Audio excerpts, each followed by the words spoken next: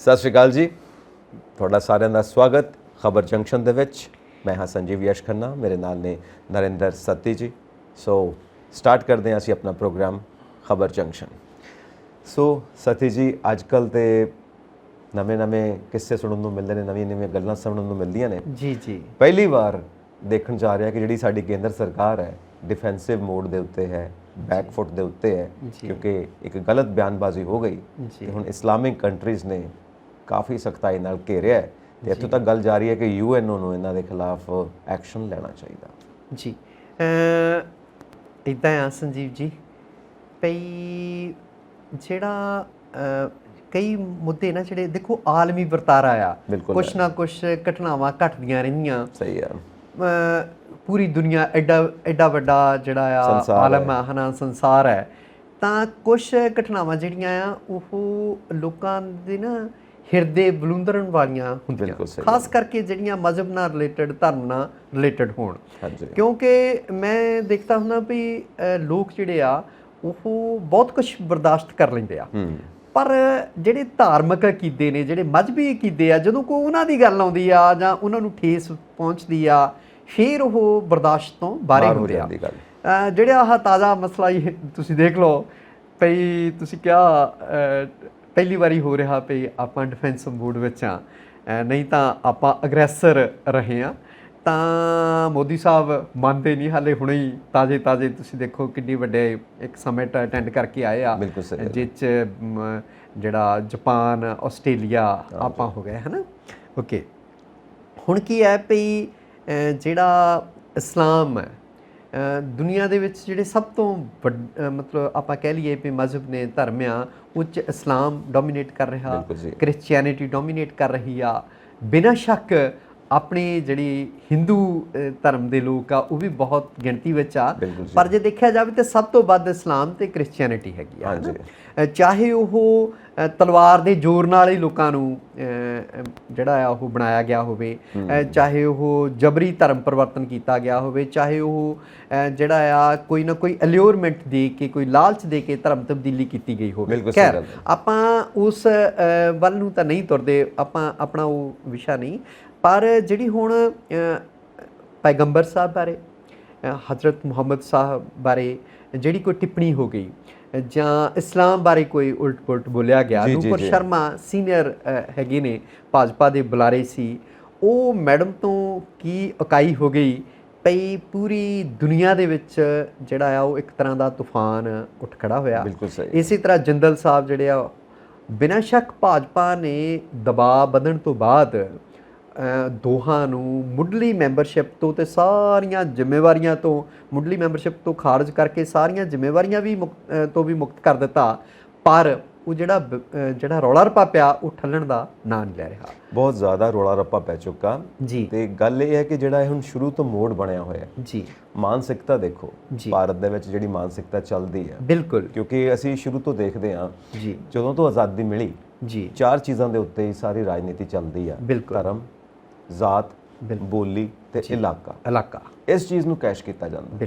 ਹੁਣ ਕਈ ਵਾਰ ਆਪਾਂ ਬੋਲਣ ਲੱਗੇ ਇੱਦਾਂ ਦੀਆਂ ਗੱਲਾਂ ਬੋਲ ਜਾਂਦੇ ਆ ਬਿਨਾਂ ਸੋਚੇ ਸਮਝੇ। ਸਿਆਣੇ ਤਾਂ ਹੀ ਕਹਿੰਦੇ ਨੇ ਨਾ ਕਿ ਬੋਲਣ ਤੋਂ ਪਹਿਲਾਂ 100 ਵਾਰ ਸੋਚੋ ਤੇ ਧਰਮ ਦੇ ਮਾਮਲੇ ਪਹਿਲਾਂ ਤੋਲੋ ਫਿਰ ਬੋਲੋ। ਬਿਲਕੁਲ ਸਹੀ ਗੱਲ ਹੈ। ਹਾਂਜੀ, ਹੁਣ ਇੱਥੇ ਉਹ ਚੀਜ਼ ਨਹੀਂ ਹੋਈ, ਆਹ ਮੁਹਾਰੇ ਬੋਲੇ ਜਾਂਦੇ ਨੇ। ਹੁਣ ਅਸੀਂ ਕਈ ਵਾਰ ਆਪਣੇ ਇੱਥੇ ਜਿਹੜੇ ਡਿਬੇਟਸ ਵੀ ਦੇਖਦੇ ਹਾਂ, ਕਈ ਇੱਥੇ ਜਿਹੜੇ ਪ੍ਰਾਈਵੇਟ ਚੈਨਲਸ ਨੇ, ਵੱਡੇ ਚੈਨਲਸ ਨੇ ਜੀ, ਕਿਵੇਂ ਕੁੱਕੜ ਖੇ ਉਡਾਈ ਹੁੰਦੀ ਹੈ। ਹਾਂ, ਔਰ ਉਹ ਇੰਨੀ ਮਤਲਬ ਨਾ ਭਾਸ਼ਾ ਉੱਚੀ ਸੁਰ ਉਹਨਾਂ ਦੀ ਹੁੰਦੀ ਆ, ਬਿਲਕੁਲ ਸਹੀ ਗੱਲ ਹੈ, ਇੰਨੀ ਜਿੱਦਾਂ ਹਮਲਾਵਰ ਸੁਰ ਹੁੰਦੀ ਆ, ਬਿਲਕੁਲ ਸਹੀ, ਤੇ ਉਹ ਇਦਾਂ ਲੱਗਦੇ ਆ ਵੀ ਜਿੱਦਾਂ ਉਹ ਗੱਲਬਾਤ ਘੱਟ ਲੱਗਦੀ ਆ ਤੇ ਉਹ ਜਾਨੀ ਕਿ ਨਾ ਝਗੜਾ ਜ਼ਿਆਦਾ ਲੱਗਦਾ ਜੀ। ਤੇ ਉਸ ਹਿਸਾਬ ਨਾਲ ਦੇਖੋ ਤੇ ਉਹਨਾਂ ਨੂੰ ਆਦਤ ਪਈ ਹੋਈ ਹੈ, ਬਿਲਕੁਲ, ਬਿਆਨਬਾਜ਼ੀਆਂ ਥਾਂ ਤੇ ਲੈਕਚਰਸ ਦੇ ਉੱਤੇ ਬਿਆਨਬਾਜ਼ੀਆਂ, ਕਿੱਦਾਂ ਦੇ ਸਲੋਗਨਸ ਦਿੰਦੇ ਨੇ। ਆਪਣੇ ਕੋਲ ਦੇਖੋ 2 ਉਦਾਹਰਨਾਂ ਆ। ਹਾਂਜੀ, ਜਦੋਂ ਇਸਲਾਮਿਕ ਜਗਤ ਦੇ ਵਿੱਚ ਬਹੁਤ ਜ਼ਿਆਦਾ ਬੁਰਾ ਮਨਾਇਆ ਗਿਆ ਹੋਵੇ ਤੇ ਜਿਹੜਾ ਠੇਸ ਪਹੁੰਚੀ ਹੋਵੇ ਉਹਨਾਂ ਦੇ ਹਿਰਦਿਆਂ ਨੂੰ ਜੀ, ਪੈਰਿਸ ਦੇ ਵਿੱਚ ਇੱਕ ਅਖਬਾਰ ਦੇ ਦਫ਼ਤਰ ਦੇ ਵਿੱਚ ਕਾਰਟੂਨ ਹਜ਼ਰਤ ਮੁਹੰਮਦ ਸਾਹਿਬ ਬਾਰੇ ਗਲਤ ਛਪਿਆ ਸੀ, ਠੀਕ ਹੈ। ਤੇ ਉਸ ਤੋਂ ਬਾਅਦ ਦੀਆਂ ਘਟਨਾਵਾਂ ਦਾ ਆਪਾਂ ਨੂੰ ਪਤਾ ਵੀ ਕਿੱਦਾਂ ਜਿਹੜੇ ਉਹ ਇਸਲਾਮਿਸਟ ਐਕਸਟ੍ਰੀਮਿਸਟ ਸੀਗੇ, ਕਿੱਦਾਂ ਅਖਬਾਰ ਦੇ ਦਫ਼ਤਰ 'ਚ ਆਣ ਕੇ ਅੰਨ੍ਹੇਵਾਹ ਗੋਲੀਬਾਰੀ ਕਰਦੇ ਆ ਅਤੇ ਕਿੰਨੇ ਲੋਕ ਮਰਦੇ ਨੇ, ਹੈ ਨਾ। ਇਸੇ ਤਰ੍ਹਾਂ ਉਹ ਤੋਂ ਵੀ ਜੇ ਆਪਾਂ ਪਿੱਛੇ ਜਾਈਏ ਥੋੜ੍ਹਾ, ਤਾਂ ਸਲਮਾਨ ਰਸ਼ਦੀ ਜਿਹੜੇ ਹੈਗੇ ਤਾਂ ਭਾਰਤੀ ਮੂਲ ਦੇ ਆ, ਮੁੰਬਈ ਦੇ ਜੰਪਲ ਸੀਗੇ, ਹੁਣ ਆਪਾਂ ਨੂੰ ਜਾਣਦੇ ਹਾਂ ਵੀ ਉੱਥੇ ਬੈਠੇ ਨੇ, ਇੰਗਲੈਂਡ ਵਸਦੇ ਆ। ਉਹਨਾਂ ਦੀ ਸੈਟਨਿਕ ਵਰਸਿਸ ਕਿਤਾਬ ਦੇ ਵਿੱਚ ਵੀ ਕੁਛ ਇਸੇ ਤਰ੍ਹਾਂ ਲਿਖਿਆ ਗਿਆ ਸੀ, ਤੇ ਅੱਜ ਤੱਕ ਲੋਕ ਛਿਪ ਕੇ ਰਹਿ ਰਹੇ ਆ। ਸਿਰ ਦਾ ਨਾਮ ਰੱਖਿਆ ਉਹਨਾਂ ਨੇ ਜੀ, ਠੀਕ ਹੈ, ਵੀ ਸਲਮਾਨ ਰਸ਼ਦੀ ਦੇ ਸਿਰ ਵੱਢ ਕੇ ਲਿਆਉਣ ਵਾਲੇ ਨੂੰ ਅਸੀਂ ਇੱਦਾਂ ਕਰਾਂਗੇ, ਬਿਲਕੁਲ ਸਹੀ ਹੈ, ਸਨਮਾਨਿਤ ਕਰਾਂਗੇ, ਉਹਦਾ ਮਾਣ ਤਾਣ ਕਰਾਂਗੇ। ਸੋ ਇਹ ਬੀਬੀ ਨੂਪੁਰ ਨੂੰ ਤੇ ਜੰਦਲ ਸਾਹਿਬ ਨੂੰ ਕੀ ਲੋੜ ਪੈ ਗਈ ਪਈ ਉਲਟ ਪੁਲਟ ਬੋਲਣ ਦੀ, ਚਾਹੇ ਉਹ ਲਾਈਟਰ ਵੇਨ 'ਚ ਗੱਲ ਕੀਤੀ ਹੋਵੇ, ਚਾਹੇ ਉਹ ਸਹਿਜ ਭਾਅ ਗੱਲ ਕੀਤੀ ਹੋਵੇ, ਪਰ ਏਡਾ ਵੱਡਾ ਜਿਹੜਾ ਇਸਲਾਮਿਕ ਜਗਤ ਆ, ਜਿਹੜਾ ਉਹਨਾਂ ਦਾ ਰਹਿਬਰ ਆ ਸੱਲੱਲਾਹੁ ਅਲੈਹਿ ਵਸੱਲਮ, ਹਜ਼ਰਤ ਮੁਹੰਮਦ ਸਾਹਿਬ ਕਹਿ ਕੇ ਉਹ ਬੁਲਾਉਂਦੇ ਨੇ, ਹੈ ਨਾ। ਉਹ ਸੁਪਨੇ ਵਿੱਚ ਵੀ ਨਹੀਂ ਸੋਚ ਸਕਦੇ ਵੀ ਕਿ ਉਹਨਾਂ ਬਾਰੇ ਇਹੋ ਜਿਹੀ ਗੱਲ ਕਰ ਸਕਦੇ। ਤੇ ਬੀਬੀ ਆਇਸ਼ਾ, ਹੈ ਨਾ, ਇਸਲਾਮੀ ਜਗਤ ਦੇ ਵਿੱਚ ਤਾਂ ਉਹ ਜਾਣੀ ਕਿ ਉਹਨਾਂ ਲਈ ਸਾਰਾ ਕੁਛ ਆ। ਖੂਬਸੂਰਤੀ ਹੈ, ਹਰ ਚੀਜ਼ ਦੀ ਖੂਬਸੂਰਤੀ ਹੈ, ਇਸਲਾਮ ਧਰਮ ਦੀ ਖੂਬਸੂਰਤੀ, ਹਰ ਧਰਮ ਦੀ ਖੂਬਸੂਰਤੀ। ਔਰ ਸਾਡਾ ਜਿਹੜਾ ਪ੍ਰੀਐਂਬਲ ਹੈ ਕਨਸਟੀਟਿਊਸ਼ਨ ਦਾ, ਉਹ ਕਹਿੰਦਾ ਹੈ ਕਿ ਸਾਰੇ ਧਰਮ ਬਰਾਬਰ ਨੇ, ਤੇ ਜਿਹੜਾ ਧਰਮ ਹੈ ਨਿੱਜੀ ਮਾਮਲਾ, ਹਾਂ, ਭੂਮਿਕਾ 'ਚ ਆਪਾਂ ਕਹਿੰਦੇ ਹਾਂ, ਭੂਮਿਕਾ 'ਚ ਕਹਿੰਦੇ ਹਾਂ। ਤੇ ਜਦੋਂ ਆਪਾਂ ਸ਼੍ਰੀ ਗੁਰੂ ਗ੍ਰੰਥ ਸਾਹਿਬ ਦੀ ਸਤੁਤੀ ਕਰਦੇ ਹਾਂ, ਪਾਠ ਕਰਦੇ ਹਾਂ, ਅਵਲ ਅੱਲਾ ਨੂਰ ਪਾਇਆ, ਕੁਦਰਤ ਬਾਬਾ ਨਾਨਕ ਉੱਥੇ ਇਹੀ ਗੱਲ ਕਹਿੰਦੇ ਨੇ। ਬਿਲਕੁਲ। ਸੋ ਅਸੀਂ ਸਾਰੇ ਕਿੱਸੇ ਜਾਣਦੇ ਹਾਂ। ਹੁਣ ਮੁਹੰਮਦ ਸਾਹਿਬ ਦੀ ਖੂਬਸੂਰਤੀ, ਏਕ ਨੂਰ ਤੇ ਸਭ ਜਗ ਉਪਜਿਆ, ਕੌਣ ਭਲੇ ਕੋ ਮੰਦੇ, ਹੈ ਨਾ, ਸਾਡੀ ਗੁਰਬਾਣੀ, ਇੱਕ ਕਸ ਕੇ ਹਮ ਬਾਰਕ। ਸੋ ਅਸੀਂ ਹਮੇਸ਼ਾ ਗੱਲ ਕਰਦੇ ਹਾਂ, ਮਾਨਸ ਕੀ ਜਾਤ ਸਭੇ ਏਕੇ ਪਹਿਚਾਨ ਵੋ, ਕਿੰਨਾ ਕੁਝ ਆਪਣੇ ਉਦਾਹਰਨਾਂ ਨੇ। ਹਾਂਜੀ, ਜਦੋਂ ਆਪਾਂ ਵੇਦਾਂ ਤੋਂ ਲੈ ਕੇ ਸ਼੍ਰੀ ਗੁਰੂ ਗ੍ਰੰਥ ਸਾਹਿਬ ਤੱਕ ਆਉਂਦੇ ਹਾਂ, ਇਹੀ ਸਾਡੀ ਮਾਨਵ ਜਾਤੀ ਦੀ ਯਾਤਰਾ ਹੈ। ਬਿਲਕੁਲ। ਤੇ ਸਾਰਾ ਨਿਚੋੜ ਸਾਨੂੰ ਸ਼੍ਰੀ ਗੁਰੂ ਗ੍ਰੰਥ ਸਾਹਿਬ 'ਚ ਮਿਲਦਾ। ਬਿਲਕੁਲ। ਕੋਈ ਨਾਂ ਨਹੀਂ ਛੱਡਿਆ ਉਹਨਾਂ ਨੇ ਜੋ ਧਰਤੀ ਤੇ ਹੋਵੇ, ਖੁਦਾ ਦਾ, ਪ੍ਰਭੂ, ਪਤਾ ਨਹੀਂ ਕਿੰਨੇ ਨਾਂ ਨੇ, ਸਾਰੇ ਅਣਗਿਣਤ ਨਾਂ। 10 ਪਾਤਸ਼ਾਹ ਜਿਹੜਾ ਅੱਲਾ ਸ਼ਬਦ ਵਰਤਦੇ ਨੇ ਜਦੋਂ ਜਾਪ ਸਾਹਿਬ ਦੀ ਰਚਨਾ ਕਰਦੇ ਨੇ, 10 ਪਾਤਸ਼ਾਹ ਜੀ, ਇੱਕ ਛੰਦ, ਇੱਕ ਅੱਖਰੀ ਛੰਦ, ਬਿਲਕੁਲ, 2 ਅੱਖਰੀ ਛੰਦ, ਉਹ ਛੰਦਾਂ ਦੇ ਵਿੱਚ ਇੰਨੇ ਨਾਂ ਜਾਪ ਸਾਹਿਬ ਦੇ ਵਿੱਚ। ਬਿਲਕੁਲ। ਤੇ ਦਸ਼ਮੇਸ਼ ਪਿਤਾ ਨੇ ਉਹ ਉਦਾਹਰਣ ਦਿੱਤੀ ਵੀ ਕੋਈ ਵੱਖਰਾ ਨਹੀਂ, ਇੱਕੋ ਹੀ ਚੀਜ਼ ਹੈ। ਹੁਣ ਪੈਗੰਬਰ ਸਾਹਿਬ ਦੀ ਆਪਾਂ ਗੱਲ ਕਰਦੇ ਹਾਂ ਜੀ, ਕਿੰਨੀ ਖੂਬਸੂਰਤੀ ਹੈ ਉਹਨਾਂ ਦੀ ਸ਼ਖਸੀਅਤ ਦੇ ਵਿੱਚ। ਕਿਤੇ ਜਦੋਂ ਜਾਂਦੇ ਨੇ, ਘਟਨਾ ਹੈ ਛੋਟੀ ਜੀ, ਬਿਲਕੁਲ, ਲੰਘ ਕੇ ਜਦੋਂ ਜਾਂਦੇ ਤਾਂ ਰਸਤੇ ਵਿੱਚ ਨਾ ਇੱਕ ਬੁੱਢੀ ਔਰਤ ਉਹਨਾਂ ਦੇ ਉੱਤੇ ਕੂੜਾ ਸੁੱਟ ਦਿੰਦੀ ਜੀ, ਰੋਜ਼ ਉਹਨਾਂ ਨੇ ਰੋਜ਼ ਹੀ ਝਾੜ ਕੇ ਅੱਗੇ ਲੰਘ ਜਾਂਦੇ, ਹੱਸ ਕੇ ਨਿਕਲ ਜਾਣਾ ਜੀ। ਤੇ ਇੱਕ ਦਿਨ ਹੋਇਆ ਉਹਨੇ ਕੂੜਾ ਨਾ ਸੁੱਟਿਆ ਜੀ, 2 ਦਿਨ ਬੀਤੇ, 3 ਦਿਨ ਬੀਤੇ, 4 ਦਿਨ ਬੀਤੇ। ਹਾਂਜੀ। ਉਹ ਪੁੱਛਦੇ ਨੇ, ਕਹਿੰਦੇ ਉਹ ਬੁੱਢੀ ਅੰਮਾ ਕਿੱਥੇ ਜਿਹੜੀ ਮੇਰੇ ਉੱਤੇ ਕੂੜਾ ਸੁੱਟਦੀ ਸੀ, 4 ਦਿਨ ਹੋ ਗਏ ਕਿਤੇ ਦਿਖੀ ਨਹੀਂ। ਕਹਿੰਦੇ ਉਹ ਬਿਮਾਰ ਹੈ ਜੀ, ਇਸ ਕਰਕੇ ਇੱਧਰ ਆਉਂਦੇ ਨਹੀਂ। ਕਹਿੰਦੇ ਅੱਛਾ, ਘਰ ਕਿੱਥੇ ਹੈ? ਉਹ ਘਰ ਦੱਸਿਆ ਉਹਨਾਂ ਨੇ, ਘਰ ਪਹੁੰਚ ਗਏ, ਜਾ ਕੇ ਮਿਲੇ, ਅੰਮਾ 4 ਦਿਨ ਹੋ ਗਏ, ਮੇਰਾ ਤੇ ਦਿਨ ਹੀ ਨਹੀਂ ਬੀਤਦਾ। ਮੈਂ ਕਿਹਾ ਮੇਰੀ ਮਾਂ ਕਿੱਥੇ, ਮੇਰੇ ਉੱਤੇ ਕੂੜਾ ਸੁੱਟਦੀ ਸੀ, ਮੇਰਾ ਤੇ ਮੂਡ ਹੀ ਠੀਕ ਨਹੀਂ ਰਹਿੰਦਾ। ਉਹ ਅੱਗੋਂ ਰੋ ਪਈ, ਕਹਿੰਦੀ ਰੋਣਾ ਨਹੀਂ ਜੀ, ਤੂੰ ਰੋ ਪਈ, ਇਹ ਸਾਰੇ ਤੇਰੇ ਅੰਦਰੋਂ ਜਿਹੜਾ ਸੀ ਨਾ ਮੈਲ, ਅੰਦਰਲੀ ਮੈਲ ਉਹ ਧੋਤੀ ਗਈ। ਬਿਲਕੁਲ। ਕਹਿੰਦੇ ਮੈਂ ਬੁਰਾ ਨਹੀਂ ਮਨਾਉਂਦਾ, ਜੋ ਤੇਰੇ ਅੰਦਰ ਹੈ ਤੂੰ ਮੇਰੇ ਉੱਤੇ ਸੁੱਟਦੀ ਹੈ। ਜੇ ਤੇਰੇ ਅੰਦਰ ਕੂੜਾ ਤੇ ਮੇਰੇ ਉੱਤੇ ਕੂੜਾ ਹੀ ਸੁੱਟੋਗੇ। ਹੁਣ ਕੂੜਾ ਨਿਕਲ ਗਿਆ, ਹੁਣ ਤੂੰ ਪਿਆਰ ਹੀ ਸੁੱਟਣਾ ਆਪਣੇ ਪੁੱਤਰ ਉੱਤੇ। ਇਹ ਸ਼ਖਸੀਅਤ ਕਿ ਮਾਂ ਨੂੰ ਜਾ ਕੇ ਮਿਲੇ ਕਿ ਮਾਂ ਹੁਣ ਤੂੰ ਮੈਨੂੰ ਪਿਆਰ ਹੀ ਕਰਨਾ। ਤੋ ਇਸ ਸ਼ਖਸੀਅਤ ਨੂੰ, ਮੁਹੰਮਦ ਸਾਹਿਬ ਨੂੰ ਅਸੀਂ ਸਾਰੇ ਪਿਆਰ ਕਰਦੇ ਹਾਂ, ਕਿਉਂਕਿ ਇਹ ਸਾਰੇ ਪੈਗੰਬਰ ਨੇ, ਆਏ ਤਾਂ ਇੱਕੋ ਹੀ ਥਾਂ ਤੋਂ ਤੇ ਇੱਕੋ ਗੱਲ ਦਾ ਜ਼ਿਕਰ ਕਰਦੇ ਨੇ, ਇੱਕੋ ਨਜ਼ਰੀਏ ਨਾਲ ਪਰਮਾਤਮਾ ਦਾ ਹੀ ਜ਼ਿਕਰ ਕਰਦੇ ਨੇ। ਬਿਲਕੁਲ। ਸੋ ਉਹਨਾਂ ਬਾਰੇ ਅਸੀਂ ਸੌੜੀ ਸੋਚ ਨਾਲ ਇਹੋ ਜਿਹੀ ਗੱਲ ਕਰਦੇ ਨਹੀਂ ਜੀ, ਜਿਹੜੀ ਸੁਖਾਵੀਂ ਨਹੀਂ ਜੀ। ਹਾਂਜੀ, ਤੁਸੀਂ ਦੇਖੋ, ਬੰਦੇ ਨੂੰ ਨਾ, ਸਾਨੂੰ ਜਿਹੜਾ ਬੰਦਾ ਨਾ ਬੀਤੇ ਤੋਂ ਸਬਕ ਨਹੀਂ ਸਿੱਖਦਾ, ਇਤਿਹਾਸ ਤੋਂ, ਜਿਹੜਾ ਤਾਰੀਖ ਤੋਂ ਸਬਕ ਨਹੀਂ ਸਿੱਖਦਾ, ਉਹ ਮਾਰ ਖਾਂਦਾ ਕਿਤੇ। ਬਿਲਕੁਲ ਸਹੀ ਗੱਲ ਹੈ। ਤੇ ਜਿਹੜਾ ਬੰਦਾ ਆਪਣੀਆਂ ਕੀਤੀਆਂ ਦਾ ਵੀ, ਆਪਾਂ ਨੂੰ ਸੈਲਫ ਐਨਾਲਿਸਿਸ ਵੀ ਕਰਦੇ ਰਹਿਣਾ ਚਾਹੀਦਾ, ਹੈ ਨਾ, ਵੀ ਤਾਂ ਹੀ ਤੁਹਾਡੀ ਸ਼ਖਸੀਅਤ ਦਾ ਵਿਕਾਸ ਹੋਊਗਾ।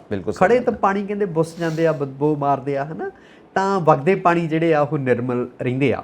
ਇਸੇ ਤਰ੍ਹਾਂ ਸਾਡੀਆਂ ਸ਼ਖਸੀਅਤਾਂ ਨੇ, ਇਸੇ ਤਰ੍ਹਾਂ ਬੰਦਾ ਇਤਿਹਾਸ ਤੋਂ ਸਿੱਖਦਾ ਹੈਗਾ, ਹੈ ਨਾ। ਬਿਲਕੁਲ ਸਹੀ ਗੱਲ। ਸੋ ਇਹਨਾਂ ਨੂੰ ਜਿਹੜੀ ਪੈਰਿਸ ਦੀ ਘਟਨਾ ਤੇ ਸਲਮਾਨ ਰਸ਼ਦੀ ਦਾ ਜਿਹੜਾ ਹਸ਼ਰ ਕੀਤਾ, ਉਹ ਯਾਦ ਰੱਖਣਾ ਚਾਹੀਦਾ ਸੀਗਾ ਇਹਨਾਂ ਨੂੰ। ਤੇ ਬੁਲਾਰੇ ਜਿਹੜੇ ਉਹ ਸੋਚ ਸਮਝ ਕੇ ਲਾਏ ਜਾਂਦੇ ਆ। ਬਿਲਕੁਲ ਸਹੀ ਗੱਲ। ਇਹਨਾਂ ਨੂੰ ਆਪਣੇ ਆਪ ਤੇ ਕੰਟਰੋਲ ਹੀ ਨਹੀਂ, ਕਾਬੂ ਹੀ ਨਹੀਂ। ਅੰਨੇਵਾਹ ਬੋਲ ਦਿੰਦੇ ਨੇ ਜੀ, ਆ ਮੁਹਾਰੇ ਬੋਲਦੇ ਨੇ ਬਾਅਦ ਚ। ਆਹੋ, ਇਹ ਤਾਂ ਗਲਤੀ ਕਰ ਬੈਠੇ। ਦੇਖੋ, 57 ਦੇਸ਼ ਨੇ ਜਿਹੜੇ organisation of Islamic countries, OIC ਜਿਹਨੂੰ ਆਪਾਂ ਕਹਿੰਦੇ ਆ, ਉਹ 57 ਦੇਸ਼ਾਂ ਨੇ, ਈਰਾਨ ਵਾਲੇ, ਕਤਰ ਵਾਲਿਆਂ ਨੇ ਸਭ ਤੋਂ ਪਹਿਲਾਂ ਜਿਹੜਾ ਆ ਉਹ ਸਖਤ ਵਿਰੋਧ ਜਤਾਇਆ ਹੈਗਾ, ਹੈ ਨਾ। ਪਾਕਿਸਤਾਨ ਵਾਲਿਆਂ ਨੇ, ਉਹਨਾਂ ਨੇ ਟਵੀਟ ਕਰਦੇ ਆ, ਉਹਨਾਂ ਦੇ ਫੌਜੀ ਮੁਖੀ ਟਵੀਟ ਕਰਦੇ ਆ, ਆਪਣੇ ਜਿਹੜੇ ਐਂਬੈਸਡਰਸ ਨੇ ਵਿਦੇਸ਼ਾਂ ਦੇ ਵਿੱਚ ਜਾਂ ਹਾਈ ਕਮਿਸ਼ਨਰਸ ਨੇ ਉਹਨਾਂ ਨੂੰ ਤਲਬ ਕਰਕੇ ਤਾੜਨਾ ਕੀਤੀ ਜਾ ਰਹੀ ਆ। ਭਾਰਤ ਸਰਕਾਰ ਤੇ ਦਬਾਅ ਪਾਇਆ ਜਾ ਰਿਹਾ ਪਈ। ਇੱਦਾਂ ਦੀ ਸਥਿਤੀ ਦੇ ਵਿੱਚ ਪਹਿਲੀ ਵਾਰੀ ਸਾਡਾ ਮੁਲਕ ਫਸਿਆ। ਇਹ ਨਾ ਇਹ ਅਣਜਾਣਪੁਣੇ ਦੇ ਵਿੱਚ ਇਹਨਾਂ ਨੇ ਇਹ ਨਹੀਂ ਸੋਚਿਆ ਕਿ ਇਹ ਸਟੇਟਮੈਂਟ ਦਾ ਸਾਡੇ ਟ੍ਰੇਡ ਦੇ ਉੱਤੇ ਅਸਰ ਪਏਗਾ, ਬਿਲਕੁਲ ਫੋਰਨ ਪਾਲਿਸੀ ਦੇ ਉੱਤੇ ਅਸਰ ਪਏਗਾ, ਸਾਡੇ ਜਿਹੜੇ ਸੰਬੰਧ ਡਿਪਲੋਮੈਟਿਕ ਰਿਲੇਸ਼ਨਸ ਨੇ ਉਹਦੇ ਉੱਤੇ ਅਸਰ ਪਏਗਾ।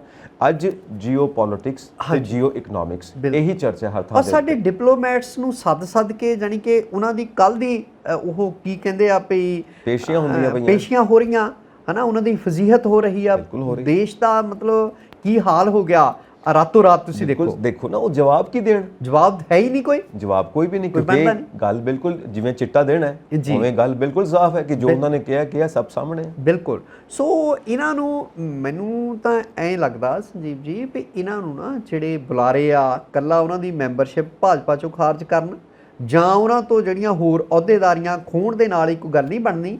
ਇੱਦਾਂ ਦੇ ਬੰਦਿਆਂ ਨੂੰ ਮਿਸਾਲੀ ਸਜ਼ਾ ਦੇਣੀਆਂ ਚਾਹੀਦੀਆਂ, ਬਿਲਕੁਲ ਚਾਹੀਦੀਆਂ ਨੇ। ਉਹ ਸਾਡੇ ਜਾਂ ਭਾਜਪਾ ਦੇ ਵੀ ਕੀ ਲੱਗਦੇ ਆ ਜਿਨ੍ਹਾਂ ਦੀ ਬਦੌਲਤ ਦੇਸ਼ ਨੂੰ ਨਮੋਸ਼ੀ ਦਾ ਸਾਹਮਣਾ ਕਰਨਾ ਪੈ ਰਿਹਾ।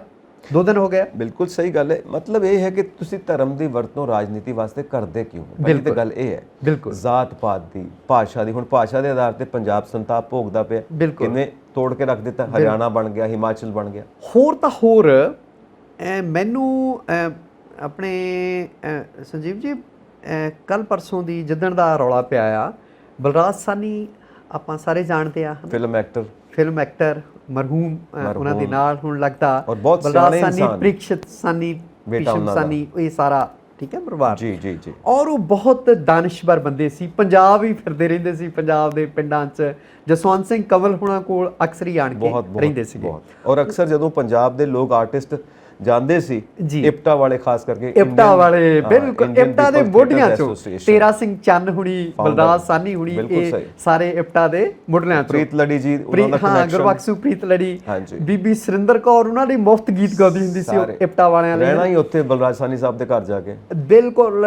ਫਿਰ ਜੋਗਿੰਦਰ ਬਾਹਰਲਾ ਹੋ ਗਿਆ ਹੈ ਨਾ। ਇੱਕ ਪ੍ਰਿਥਵੀ ਰਾਜ ਕਪੂਰ ਜੀ ਨੇ ਵੀ ਬੜਾ ਸੋਹਣਾ ਰੋਲ ਨਿਭਾਇਆ ਇਹਦੇ 'ਚ। ਬਿਲਕੁਲ। ਕਿ ਜਿੱਥੋਂ ਜਾਣਾ ਆਰਟਿਸਟ ਨੇ ਖਾਸ ਤੌਰ ਤੇ ਉਹਨਾਂ ਦਾ ਪ੍ਰਬੰਧ ਕਰਨਾ, ਵੀ ਬਾਹਰੋਂ ਆਏ ਨੇ, ਪੰਜਾਬ ਤੋਂ ਆਏ ਨੇ, ਕਿਉਂਕਿ ਲਾਹੌਰ ਦੀ ਸਾਰੀ ਫਿਲਮ ਇੰਡਸਟਰੀ ਜਦੋਂ ਸ਼ਿਫਟ ਹੋਈ ਮੁੰਬਈ ਤੇ ਉਦੋਂ ਇਹ ਸਾਰੇ ਇਹੀ ਮੋਢੀ ਸੀ। ਇੱਕ ਜੋਗਿੰਦਰ ਬਾਹਰਲਾ ਸੀ ਚੱਬਿਆਲ ਤੋਂ, ਜ਼ਿਲ੍ਹਾ ਹੁਸ਼ਿਆਰਪੁਰ ਤੋਂ। ਜੀ ਜੀ। ਤੇ ਸਾਕੇਤ ਦੇ ਰਾਜੇ ਨੇ ਉਹਨਾਂ ਵੇਲਿਆਂ 'ਚ ਉਹਨਾਂ ਦਾ ਨਾਟਕ ਦੇਖ ਕੇ, ਕਿਤੇ ਉਹਨਾਂ ਦਾ ਅਦਾਕਾਰੀ ਦੇਖ ਕੇ ਕੋਈ ਜ਼ਮੀਨ ਉਹਨਾਂ ਦੇ ਨਾਂ ਲਵਾਈ ਸੀ। ਇਹ ਸਾਰੇ ਇਪਟਾ ਦੀ ਮੋਢੀ। ਸੋ ਆਪਾਂ ਗੱਲ ਕਰ ਰਹੇ ਸੀ ਬਲਰਾਜ ਸਾਨੀ ਹੁਣਾਂ ਦੀ। ਉਹਨਾਂ ਦੇ ਜਿਹੜੀਆਂ ਮੇਰੀ ਗੈਰ ਜਜ਼ਬਾਤੀ ਫਿਲਮੀ ਡਾਇਰੀ ਹੋ ਗਈ, ਮੇਰਾ ਰੂਸੀ ਸਫ਼ਰਨਾਮਾ, ਮੇਰਾ ਪਾਕਿਸਤਾਨੀ ਸਫ਼ਰਨਾਮਾ। ਪਾਕਿਸਤਾਨੀ ਸਫ਼ਰਨਾਮੇ ਦੀ ਇੱਕ ਮੈਂ ਤੁਹਾਨੂੰ ਦਿਲਚਸਪ ਗੱਲ ਇਸਲਾਮ ਨਾਲ ਜੋੜ ਕੇ ਸੁਣਾਉਣੀ ਚਾਹੁੰਦਾ। ਜੀ ਜ਼ਰੂਰ। ਉਹ 'ਚ ਕੀ ਆ ਵੀ ਉਹ ਕਹਿੰਦੇ ਸਰ ਸਿਕੰਦਰ ਹਯਾਤ ਖਾਨ ਜਿਹੜੇ ਆ, ਉਹ ਪੰਜਾਬ ਦੇ ਜਿਹੜੇ ਆ ਕਦੀ ਵਜ਼ੀਰ ਸਦਰ, ਮਤਲਬ ਉਹ ਮੁਖੀ ਰਹੇ ਆ, ਮੁੱਖ ਮੰਤਰੀ ਰਹੇ। ਉਹਨਾਂ ਦਾ ਬੇਟਾ ਕਹਿੰਦੇ ਮੇਰੇ ਨਾਲ ਲਾਹੌਰ ਯੂਨੀਵਰਸਿਟੀ 'ਚ ਪੜ੍ਹਦਾ ਹੁੰਦਾ ਸੀ। ਹਾਂਜੀ। ਤੇ ਕਹਿੰਦੇ ਵੀ ਜਦੋਂ ਉਹ ਮੁੱਖ ਮੰਤਰੀ ਬਣਦੇ ਆ ਪੰਜਾਬ ਦੇ, ਉਦੋਂ ਤਾਂ ਸਾਰਾ ਸਾਂਝਾ ਹੀ ਸੀਗਾ ਪੰਜਾਬ, ਆਪਾਂ ਵੀ ਨਾਲ ਹੀ ਸੀ। ਸਹੀ। ਤਾਂ ਕਹਿੰਦੇ ਵੀ ਮੈਂ ਇੱਕ ਵਾਰੀ ਉਹਨਾਂ ਦੇ ਬੇਟੇ ਨਾਲ ਘਰ ਜਾਣਾ, ਤੇ ਕਹਿੰਦਾ ਉਹ ਕਿੱਦਾਂ ਵੀ ਆਪਣੇ ਵਿਹੜੇ ਦੇ 'ਚ ਬੈਠੇ ਆ ਪਾਰਕ ਦੇ ਵਿੱਚ, ਤੇ ਤੁਹਾਨੂੰ ਪਤਾ ਵੀ ਹੁੱਕਾ ਜਿਹੜਾ ਆ ਉਹ ਉੱਥੇ ਸੱਭਿਆਚਾਰ ਦਾ ਪ੍ਰਤੀਕ ਆ।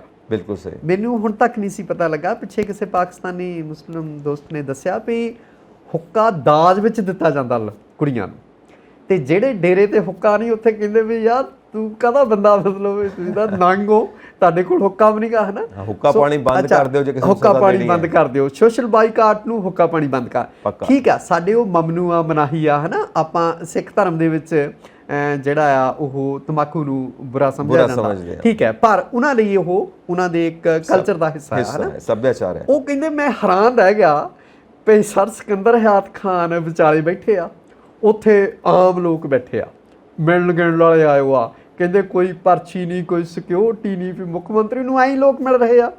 ਇਹ ਕਹਿੰਦੇ ਸਿਰਫ ਇਸਲਾਮ ਵਿੱਚ ਹੀ ਸੰਭਵ ਆ ਵੀ ਹਰ ਅਮੀਰ ਗਰੀਬ, ਕਹਿੰਦੇ ਬਾਕੀ ਧਰਮਾਂ 'ਚ ਮੈਂ ਦੇਖਦਾ ਵੀ ਕਿਤੇ ਕਿਤੇ ਜਾਤਾਂ ਦੇ ਪਾੜੇ ਨੇ, ਪਰ ਘੱਟੋ ਘੱਟ ਇਸਲਾਮ ਦੇ ਵਿੱਚ ਜੇ ਜਾਤਾਂ ਹੈਗੀਆਂ ਵੀ ਆ, ਪਰ ਉਹਨਾਂ ਨੂੰ ਮੰਨਿਆ ਨਹੀਂ ਜਾਂਦਾ ਜਿੱਦਾਂ ਹੋਰ ਧਰਮਾਂ ਦੇ ਵਿੱਚ ਮੰਨਿਆ ਜਾਂਦਾ, ਜਿੱਦਾਂ ਹੋਰ ਸਿਸਟਮ ਆ। ਤੇ ਕਹਿੰਦੇ ਮੇਰੀ ਹੈਰਾਨੀ ਦੀ ਹੱਦ ਤਾਂ ਉਸ ਵੇਲੇ ਨਹੀਂ ਰਹੀ ਜਦੋਂ ਕਹਿੰਦੇ ਜਿਹੜਾ ਕੋਚਮਾਨ ਸਾਡਾ ਤਾਂਗਾ ਲੈ ਕੇ ਆਇਆ ਸੀ, ਤਾਂਗੇ ਵਾਲਾ, ਕਹਿੰਦੇ ਉਹ ਵੀ ਆਇਆ, ਕਹਿੰਦੇ ਉਹ ਬੈਠਾ ਸਾਰਿਆਂ ਦੇ ਵਿਚਾਲੇ, 2 ਕਸ਼ ਹੁੱਕੇ ਦੇ ਕਹਿੰਦਾ ਘੁੱਟ ਮਾਰ ਕੇ ਉਹ ਉੱਥੇ ਬੈਠ ਕੇ ਕਹਿੰਦਾ ਉਹ ਵੀ ਉੱਠ ਕੇ ਚੱਲ ਜਾਂਦਾ। ਦੇਖੋ, ਤੇ ਕਹਿੰਦੇ ਮੇਰੇ ਲਈ ਤਾਂ ਇਹ ਕਹਿੰਦਾ ਮੇਰੀ ਸੋਚ ਤੋਂ ਪਰੇ ਦੀ ਗੱਲ ਸੀਗੀ। ਸੋ ਇਸਲਾਮ ਦੇ ਵਿੱਚ ਇੰਨੀ ਐਕਸੈਪਟੇਬਿਲਿਟੀ ਆ ਪਈ, ਉਹ ਹਰ ਅਮੀਰ ਗਰੀਬ ਤੇ ਇਹੋ ਜਿਹੇ ਧਰਮ ਬਾਰੇ ਕੋਈ ਟਿੱਪਣੀ ਕਰ ਦੇਣੀ ਬਿਨਾਂ ਸੋਚੇ ਸਮਝੇ ਬਿਲਕੁਲ ਗਲਤ ਹੈ, ਉਹ ਵਿਵਾਦ ਖੜਾ ਕਰੂਗੀ। ਬਿਲਕੁਲ ਉਹ ਨਮੋਸ਼ੀ ਦਾ ਸਾਹਮਣਾ ਕਰਨਾ ਪਊਗਾ ਦੇਸ਼ ਨੂੰ, ਜਿੱਦਾਂ ਕਰ ਰਹੇ ਹਾਂ। ਔਰ ਰੱਬ ਸੁੱਖ ਰੱਖੇ ਕਿ ਜਿਹੜੀਆਂ ਸਾਡੀਆਂ ਪਾਲਿਸੀਜ਼ ਨੇ ਉਹਨਾਂ ਦੇ ਉੱਤੇ ਕੋਈ ਅਸਰ ਨਾ ਪਵੇ, ਇੰਟਰਨੈਸ਼ਨਲ ਰਿਲੇਸ਼ਨਸ ਦੇ ਉੱਤੇ ਮਾੜੇ ਅਸਰ ਨਾ ਪੈਣ, ਕਿਉਂਕਿ ਇਸਲਾਮਿਕ ਕੰਟਰੀਜ਼ ਦੇ ਨਾਲ ਸਾਡੇ ਰਿਲੇਸ਼ਨਸ ਬਹੁਤ ਵਧੀਆ ਨੇ ਸ਼ੁਰੂ ਤੋਂ ਹੀ, ਕਿਉਂਕਿ ਹੈਗੇ ਤਾਂ ਅਸੀਂ ਇੱਕੋ ਹੀ ਖਿੱਤੇ ਤੋਂ ਆ ਨਾ, ਏਸ਼ੀਅਨ ਕੰਟੀਨੈਂਟ ਆ। ਬਿਲਕੁਲ। ਸੋ ਇਸਲਾਮ ਤੇ ਹੁਣ ਥਾਂ ਤੇ ਫੈਲਿਆ, ਪੂਰੀ ਦੁਨੀਆ 'ਚ ਫੈਲਿਆ ਹੋਇਆ। ਔਰ ਦੂਸਰਾ ਇਹ ਆ ਕਿ ਪੂਰੀ ਹੋਰ ਧਰਮਾਂ 'ਚ ਮੈਂ ਦੇਖਦਾ ਵੀ ਕੋਈ ਸਵੇਰੇ ਕੋਈ ਗੀਤਾ ਪੜ੍ਹਦਾ, ਕੋਈ ਨਹੀਂ ਪੜ੍ਹਦਾ, ਕੋਈ ਹਨੂਮਾਨ ਚਾਲੀਸੇ ਦਾ ਪਾਠ ਕਰਦਾ ਨਹੀਂ ਕਰਦਾ, ਕੋਈ ਸਿੱਖ ਸਵੇਰੇ 5 ਬਾਣੀਆਂ ਜਾਂ ਆਥਣ ਵੇਲੇ ਰਹਿ ਰਾਸ ਦਾ ਪਾਠ ਕਰਦਾ ਨਹੀਂ ਕਰਦਾ ਹੈਗਾ। ਜਿਹੜੇ ਮੈਜੋਰਟੀ ਮੁਸਲਮਾਨ ਨੇ ਉਹ ਵਜ਼ੂ ਕਰਕੇ 5 ਵਕਤ ਨਮਾਜ਼ ਜ਼ਰੂਰ ਪੜ੍ਹਦੇ ਆ ਜੀ। ਔਰ ਹਰ ਮੁਸਲਮਾਨ ਦੀ ਕੋਸ਼ਿਸ਼ ਹੁੰਦੀ ਆ ਵੀ ਜ਼ਿੰਦਗੀ 'ਚ ਇੱਕ ਵਾਰੀ ਹੱਜ ਜ਼ਰੂਰ ਕੀਤਾ ਜਾਵੇ। ਬਿਲਕੁਲ। ਸਾਡੇ ਤੇ ਉਹ ਆਪਣੇ ਧਰਮ ਤੇ ਕੋਈ ਇਦਾਂ ਦੀ ਕੋਈ ਗੱਲ ਆਵੇ ਉਹ ਬਰਦਾਸ਼ਤ ਨਹੀਂ ਕਰਦੇ। ਸਾਡੇ ਪੰਜਾਬ ਦੀ ਆਪਾਂ ਵੀ ਨਾਲ ਗੱਲ ਕਰਦੇ ਪਏ ਹਾਂ। ਦੇਖੋ ਸਤੀ ਸਾਹਿਬ, ਇਦਾਂ ਹੈ ਪੰਜਾਬ ਦੇ ਵਿੱਚ ਨਾ ਜੀ, ਜੇ ਅਸੀਂ ਸਿੱਖ ਹਾਂ ਜੀ, ਅਸੀਂ ਪੱਕੇ ਸਿੱਖ ਹਾਂ, ਬਿਲਕੁਲ, ਅਸੀਂ ਮੁਸਲਿਮ ਹਾਂ ਪੱਕੇ ਮੁਸਲਿਮ, ਅਸੀਂ ਹਿੰਦੂ ਹਾਂ ਪੱਕੇ ਹਿੰਦੂ ਹਾਂ, ਪਰ ਕੱਟੜ ਨਹੀਂ ਹੈ। ਆਪਾਂ ਇੰਨੇ ਸਟੌਂਚ ਨਹੀਂ, ਨਾ ਕੱਟੜ ਸਿੱਖ ਮਿਲਣਗੇ, ਨਾ ਕੱਟੜ ਹਿੰਦੂ ਮਿਲਣਗੇ, ਨਾ ਕੱਟੜ ਮੁਸਲਿਮ ਮਿਲਣਗੇ। ਸਾਡੇ 'ਚ ਥੋੜੀ ਮਿਲ ਜੁਲ ਕੇ ਰਹੇ ਨੇ, ਕਿਉਂਕਿ ਪੰਜਾਬ ਦੀ ਧਰਤੀ ਨੂੰ ਬਖਸ਼ ਹੈ, ਪੰਜਾਬ ਵਸਦਾ ਗੁਰਾਂ ਦੇ ਨਾਂ ਤੇ। ਤੋ ਇਹ ਬਖਸ਼ ਇਦਾਂ ਦੀ ਹੈ ਕਿ ਸਾਡੇ ਫਰੈਂਡ ਸਰਕਲ ਮਿੱਤਰ ਨੇ, ਹੁਣ ਈਦ ਬੀਤੀ ਪਿੱਛੇ ਜੀ, ਈਦ ਦੀ ਖੀਰ ਆਉਂਦੀ ਹੈ, ਅਸੀਂ ਸਾਰੇ ਮਿਲ ਕੇ ਖਾਂਦੇ ਹਾਂ, ਦੀਵਾਲੀ ਤੇ ਅਸੀਂ ਮਿਠਾਈਆਂ ਦਿੰਦੇ ਹਾਂ, ਗੁਰਪੁਰਬ ਤੇ ਸਾਨੂੰ ਵਧਾਈਆਂ ਮਿਲਦੀਆਂ ਨੇ, ਬਿਲਕੁਲ ਠੀਕ ਹੈ ਨਾ। ਹਰ ਥਾਂ ਦੇ ਉੱਤੇ ਅਸੀਂ ਇਕੱਠੇ, ਭਾਈਚਾਰਾ ਇਕੱਠਾ ਹੈ। ਹੁਣ ਤੁਸੀਂ ਦੇਖੋ, ਜਦੋਂ ਵੀ ਕਿਸੇ ਨੇ ਸਾਡੇ ਪੰਜਾਬ ਦੇ ਭਾਈਚਾਰੇ ਦੇ ਵਿੱਚ ਵਿਗਾੜ ਪੈਦਾ ਕਰਨ ਦੀ ਕੋਸ਼ਿਸ਼ ਕੀਤੀ, ਅਸੀਂ ਸਾਰੇ ਪੰਜਾਬੀ ਹੋ ਗਏ ਉਦੋਂ, ਸਾਰੇ ਪੰਜਾਬੀਆਂ ਨੇ ਇਕੱਠੇ ਹੋ ਕੇ ਮੂੰਹ ਤੋੜ ਕੇ ਜਵਾਬ ਦਿੱਤਾ ਵੀ ਖਬਰਦਾਰ ਸਾਨੂੰ ਤੂੰ ਇਦਾਂ ਕੋਈ ਗੱਲ ਕਰਨ ਦੀ ਕੋਸ਼ਿਸ਼ ਕੀਤੀ। ਕਦੀ ਪੰਜਾਬ ਦੇ ਵਿੱਚ ਤੁਸੀਂ ਕਦੀ ਸੁਣਿਆ ਵੀ ਇੱਥੇ ਕਦੀ ਧਰਮ ਦੇ ਨਾਂ ਤੇ ਦੰਗੇ ਹੋਏ ਹੋਣ ਜਾਂ ਜਾਤਾਂ ਤੇ ਦੰਗੇ ਹੋਏ ਹੋਣ? ਕਦੀ ਨਹੀਂ ਹੋਏ। ਔਰ ਪੰਜਾਬ ਦਾ ਇੱਕ ਹੋਰ ਡਾਟਾ ਜੀ ਕਿ ਕਦੀ ਕੋਈ ਭੁੱਖ ਨਾਲ ਨਹੀਂ ਮਰਿਆ, ਥਾਂ ਤੇ ਲੰਗਰ ਮਿਲਣਗੇ। ਲੰਗਰ ਤਾਂ ਮਤਲਬ ਚਾਹੇ ਉਹ ਗੁਰਦੁਆਰੇ ਚਾਹੇ ਮੰਦਿਰ ਆ, ਜਿੱਥੇ ਮਰਜ਼ੀ ਚੱਲ ਜਾਓ 24 ਘੰਟੇ ਚੱਲਦਾ। ਤਾਂ ਆਹ ਸੰਸਕ੍ਰਿਤੀ ਹੈ ਜਿਹੜੀ ਪੂਰੀ ਦੁਨੀਆ ਉਮੀਦ ਨਹੀਂ ਕਰ ਸਕਦੀ ਕਿ ਇਹ ਸੰਸਕ੍ਰਿਤੀ ਦੇ ਧਰਤੀ ਤੋਂ ਇਦਾਂ ਦੀ ਸਟੇਟਮੈਂਟ ਆਊਗੀ ਇਸਲਾਮ ਦੇ ਖਿਲਾਫ। ਉਹ ਹੈਰਾਨ ਨੇ ਵੀ ਆਹ ਕੀ ਹੋਇਆ, ਜਿੱਥੋਂ ਸ਼ਾਂਤੀ ਦਾ ਸੰਦੇਸ਼ ਜਾਂਦਾ, ਪਿਆਰ ਮੁਹੱਬਤ ਭਾਈਚਾਰੇ ਦਾ ਸੰਦੇਸ਼ ਜਾਂਦਾ, ਸਾਂਝੀਵਾਲਤਾ, ਕਿਰਤ ਕਰ, ਨਾਮ ਜਪ, ਵੰਡ ਛਕ ਦਾ ਸੰਦੇਸ਼ ਜਾਂਦਾ, ਉੱਥੋਂ ਆਹ ਕਿਹੜੇ ਬੰਦੇ ਨੇ ਇਦਾਂ ਦੀ ਸਟੇਟਮੈਂਟ ਦੇਣ ਵਾਲੇ? ਦੇਖੋ, ਗੱਲ ਇਹ ਆ ਵੀ ਇਸ ਵੇਲੇ ਬੜਾ ਭਖਦਾ ਮੁੱਦਾ ਔਰ ਹਿਰਦਿਆਂ ਤੇ ਸੱਟ ਵੱਜਣ ਵਾਲੀ ਗੱਲ ਵੀ ਆ। ਦੇਖੋ, ਮੁਸਲਿਮ ਜਗਤ ਦੇ ਵਿੱਚ ਤਾਂ ਬਹੁਤ ਜ਼ਿਆਦਾ ਬੁਰਾ ਮਨਾਇਆ ਗਿਆ ਔਰ ਬਹੁਤ ਰੋਸ ਹੈ ਨਾ। ਉਹ ਰੋਸ ਨੂੰ ਆਪਾਂ ਜਿਹੜਾ ਆ ਉਹਦੀ ਡੂੰਘਾਈ ਨੂੰ ਉਹਨੂੰ ਮਾਪਣ ਦਾ ਜਿਹੜਾ ਆ ਨਾ ਪੈਮਾਨਾ ਤਾਂ ਕੋਈ ਬਣਿਆ ਨਹੀਂ, ਮਹਿਸੂਸ ਕੀਤਾ ਜਾ ਸਕਦਾ ਕੱਲ੍ਹ ਤੋਂ ਪੂਰੀ ਦੁਨੀਆ ਦੀਆਂ ਅਖਬਾਰਾਂ ਦੇ ਵਿੱਚ ਤੇ ਜੋ ਕੁਛ ਵਰਤਾਰਾ ਚੱਲ ਰਿਹਾ ਹੈਗਾ, ਔਰ ਭਾਰਤ ਦਾ ਜੋ ਅਕਸ ਬਣਦਾ ਪਿਆ ਹੈ ਨਾ। ਤਾਂ ਦੂਸਰਾ ਇਹ ਆ ਵੀ ਵਿਰੋਧੀ ਧਿਰ ਵੀ ਮੰਗ ਕਰ ਰਹੀ ਆ। ਕਾਂਗਰਸ ਨੇ ਕਿਹਾ ਵੀ ਦੇਖੋ, ਇਹਨਾਂ ਕਰਕੇ, ਇਹਨਾਂ 2 ਬੁਲਾਰਿਆਂ ਕਰਕੇ, ਭਾਜਪਾ ਕਰਕੇ ਦੇਸ਼ ਨੂੰ ਨਮੋਸ਼ੀ ਦਾ ਸਾਹਮਣਾ ਕਰਨਾ ਪੈ ਰਿਹਾ। ਰਾਹੁਲ ਗਾਂਧੀ ਹੁਣਾਂ ਦਾ ਬਿਆਨ ਆਇਆ। ਉਹ ਗੱਲ ਇਹ ਆ ਵੀ ਜਿਹੜੇ ਬੁਲਾਰੇ ਆ ਨਾ ਕਿਸੇ ਵੀ ਪਾਰਟੀ ਦੇ, ਇੱਕ ਤਾਂ ਇਹ ਆ ਵੀ ਭਵਿੱਖ ਦੇ ਵਿੱਚ ਬਾਕੀ ਪਾਰਟੀਆਂ ਨੂੰ ਵੀ ਕੰਨ ਹੋ ਗਿਆ ਵੀ ਘੱਟੋ ਘੱਟ ਜਿਹੜਾ ਬੁਲਾਰਾ ਹੈ ਉਹ ਦਾਨਸ਼ਵਰ ਹੋਵੇ, ਉਹ ਸੰਕੋਚ ਨਾਲ ਗੱਲ ਕਰਨ ਵਾਲਾ ਬੰਦਾ ਹੋਵੇ, ਉਹ ਸਹਿਜ ਨਾਲ ਗੱਲ ਕਰਨ ਵਾਲਾ ਹੋਵੇ, ਉਹ ਵੈਲ ਇਨਫੋਰਮਡ ਹੋਵੇ, ਉਹਨੂੰ ਚੜੀ ਲੱਥੀ ਦੀ ਪਰਵਾਹ ਹੋਵੇ, ਉਹ ਐ ਨਹੀਂ ਵੀ ਮਤਲਬ ਆਊਟਸਪੋਕਨ ਨਾ ਹੋਵੇ, ਉਹ ਜੋ ਮੂੰਹ ਆਇਆ ਬੋਲੀ ਗਿਆ। ਉਹ ਬੁਲਾਰੇ ਤੋਂ ਇਹ ਤਵੱਕੋ ਨਹੀਂ ਕੀਤੀ ਜਾਂਦੀ, ਚਾਹੇ ਉਹ ਬੁਲਾਰਾ ਹੋਵੇ ਚਾਹੇ ਬੁਲਾਰਨ ਹੋਵੇ, ਹੈ ਨਾ। ਤਾਂ ਹੀ ਪਾਰਟੀਆਂ ਆਮ ਤੌਰ ਤੇ ਸਭ ਤੋਂ ਸਿਆਣੇ ਬੰਦਿਆਂ ਨੂੰ ਆਪਣੇ ਬੁਲਾਰੇ ਵਜੋਂ ਚੁਣਦੀਆਂ ਹੈਗੀਆਂ, ਜਿਹੜਾ ਪਾਰਟੀ ਨੂੰ ਰਿਪਰੈਜ਼ੈਂਟ ਕਰਦਾ, ਲੋਕਾਂ 'ਚ ਪੇਸ਼ ਕਰਦਾ, ਆਪਣੇ ਪੱਖ, ਪਾਰਟੀ ਦੀ ਅਕਸ ਪੇਸ਼ ਕਰਦਾ ਹੈਗਾ, ਆਪਣਾ ਪੱਖ ਰੱਖਦਾ ਹੈਗਾ। ਸੋ ਭਾਜਪਾ ਨੇ ਕੀ ਸੋਚ ਕੇ 2 ਬੰਦੇ ਚੁਣੇ? ਬਿਲਕੁਲ ਸਹੀ ਗੱਲ ਹੈ। ਔਰ ਸਾਡੇ ਬਜ਼ੁਰਗ ਹਮੇਸ਼ਾ ਕਹਿੰਦੇ ਕਿ ਸਭ ਤੋਂ ਖੂਬਸੂਰਤ ਇਨਸਾਨ ਕਿਹੜਾ ਜੀ, ਸਭ ਤੋਂ ਵਧੀਆ ਪਰਸਨੈਲਿਟੀ ਕਿਹੜੀ ਹੈ? ਕਹਿੰਦਾ ਜਿਹਦਾ ਜ਼ੁਬਾਨ ਤੇ ਕਾਬੂ ਹੈ। ਬਿਲਕੁਲ, ਉਸ ਤੋਂ ਵਧੀਆ ਪਰਸਨੈਲਿਟੀ ਕੋਈ ਨਹੀਂ, ਉਸ ਤੋਂ ਖੂਬਸੂਰਤ ਇਨਸਾਨ ਕੋਈ ਨਹੀਂ। ਬਿਲਕੁਲ। ਔਰ ਤਾਂ ਹੀ ਸਿਆਣੇ ਕਹਿੰਦੇ ਆ ਵੀ ਕਹਿੰਦੇ ਜਿਹੜਾ ਜ਼ੁਬਾਨ ਦਾ ਫੱਟ ਹੁੰਦਾ ਨਾ, ਤਲਵਾਰ ਦਾ ਫੱਟ ਤਾਂ ਕਹਿੰਦੇ ਮਿਟ ਜਾਂਦਾ, ਉਹਦੀ ਪੀੜ ਵੀ ਘਟ ਜਾਂਦੀ, ਜ਼ਖਮ ਵੀ ਭਰ ਜਾਂਦਾ ਹੈਗਾ।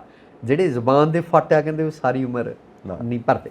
ਹੁਣ ਫੱਟ ਦੀ ਗੱਲ ਆਪਾਂ ਤਲਵਾਰ ਦੀ ਗੱਲ ਕੀਤੀ ਹੈ ਜੀ, ਹੁਣ ਨਾਲ ਲੱਗਦੇ ਹੱਥੀ ਆਪਾਂ ਯੂਕਰੇਨ ਦੀ ਗੱਲ ਕਰੀਏ ਜੀ।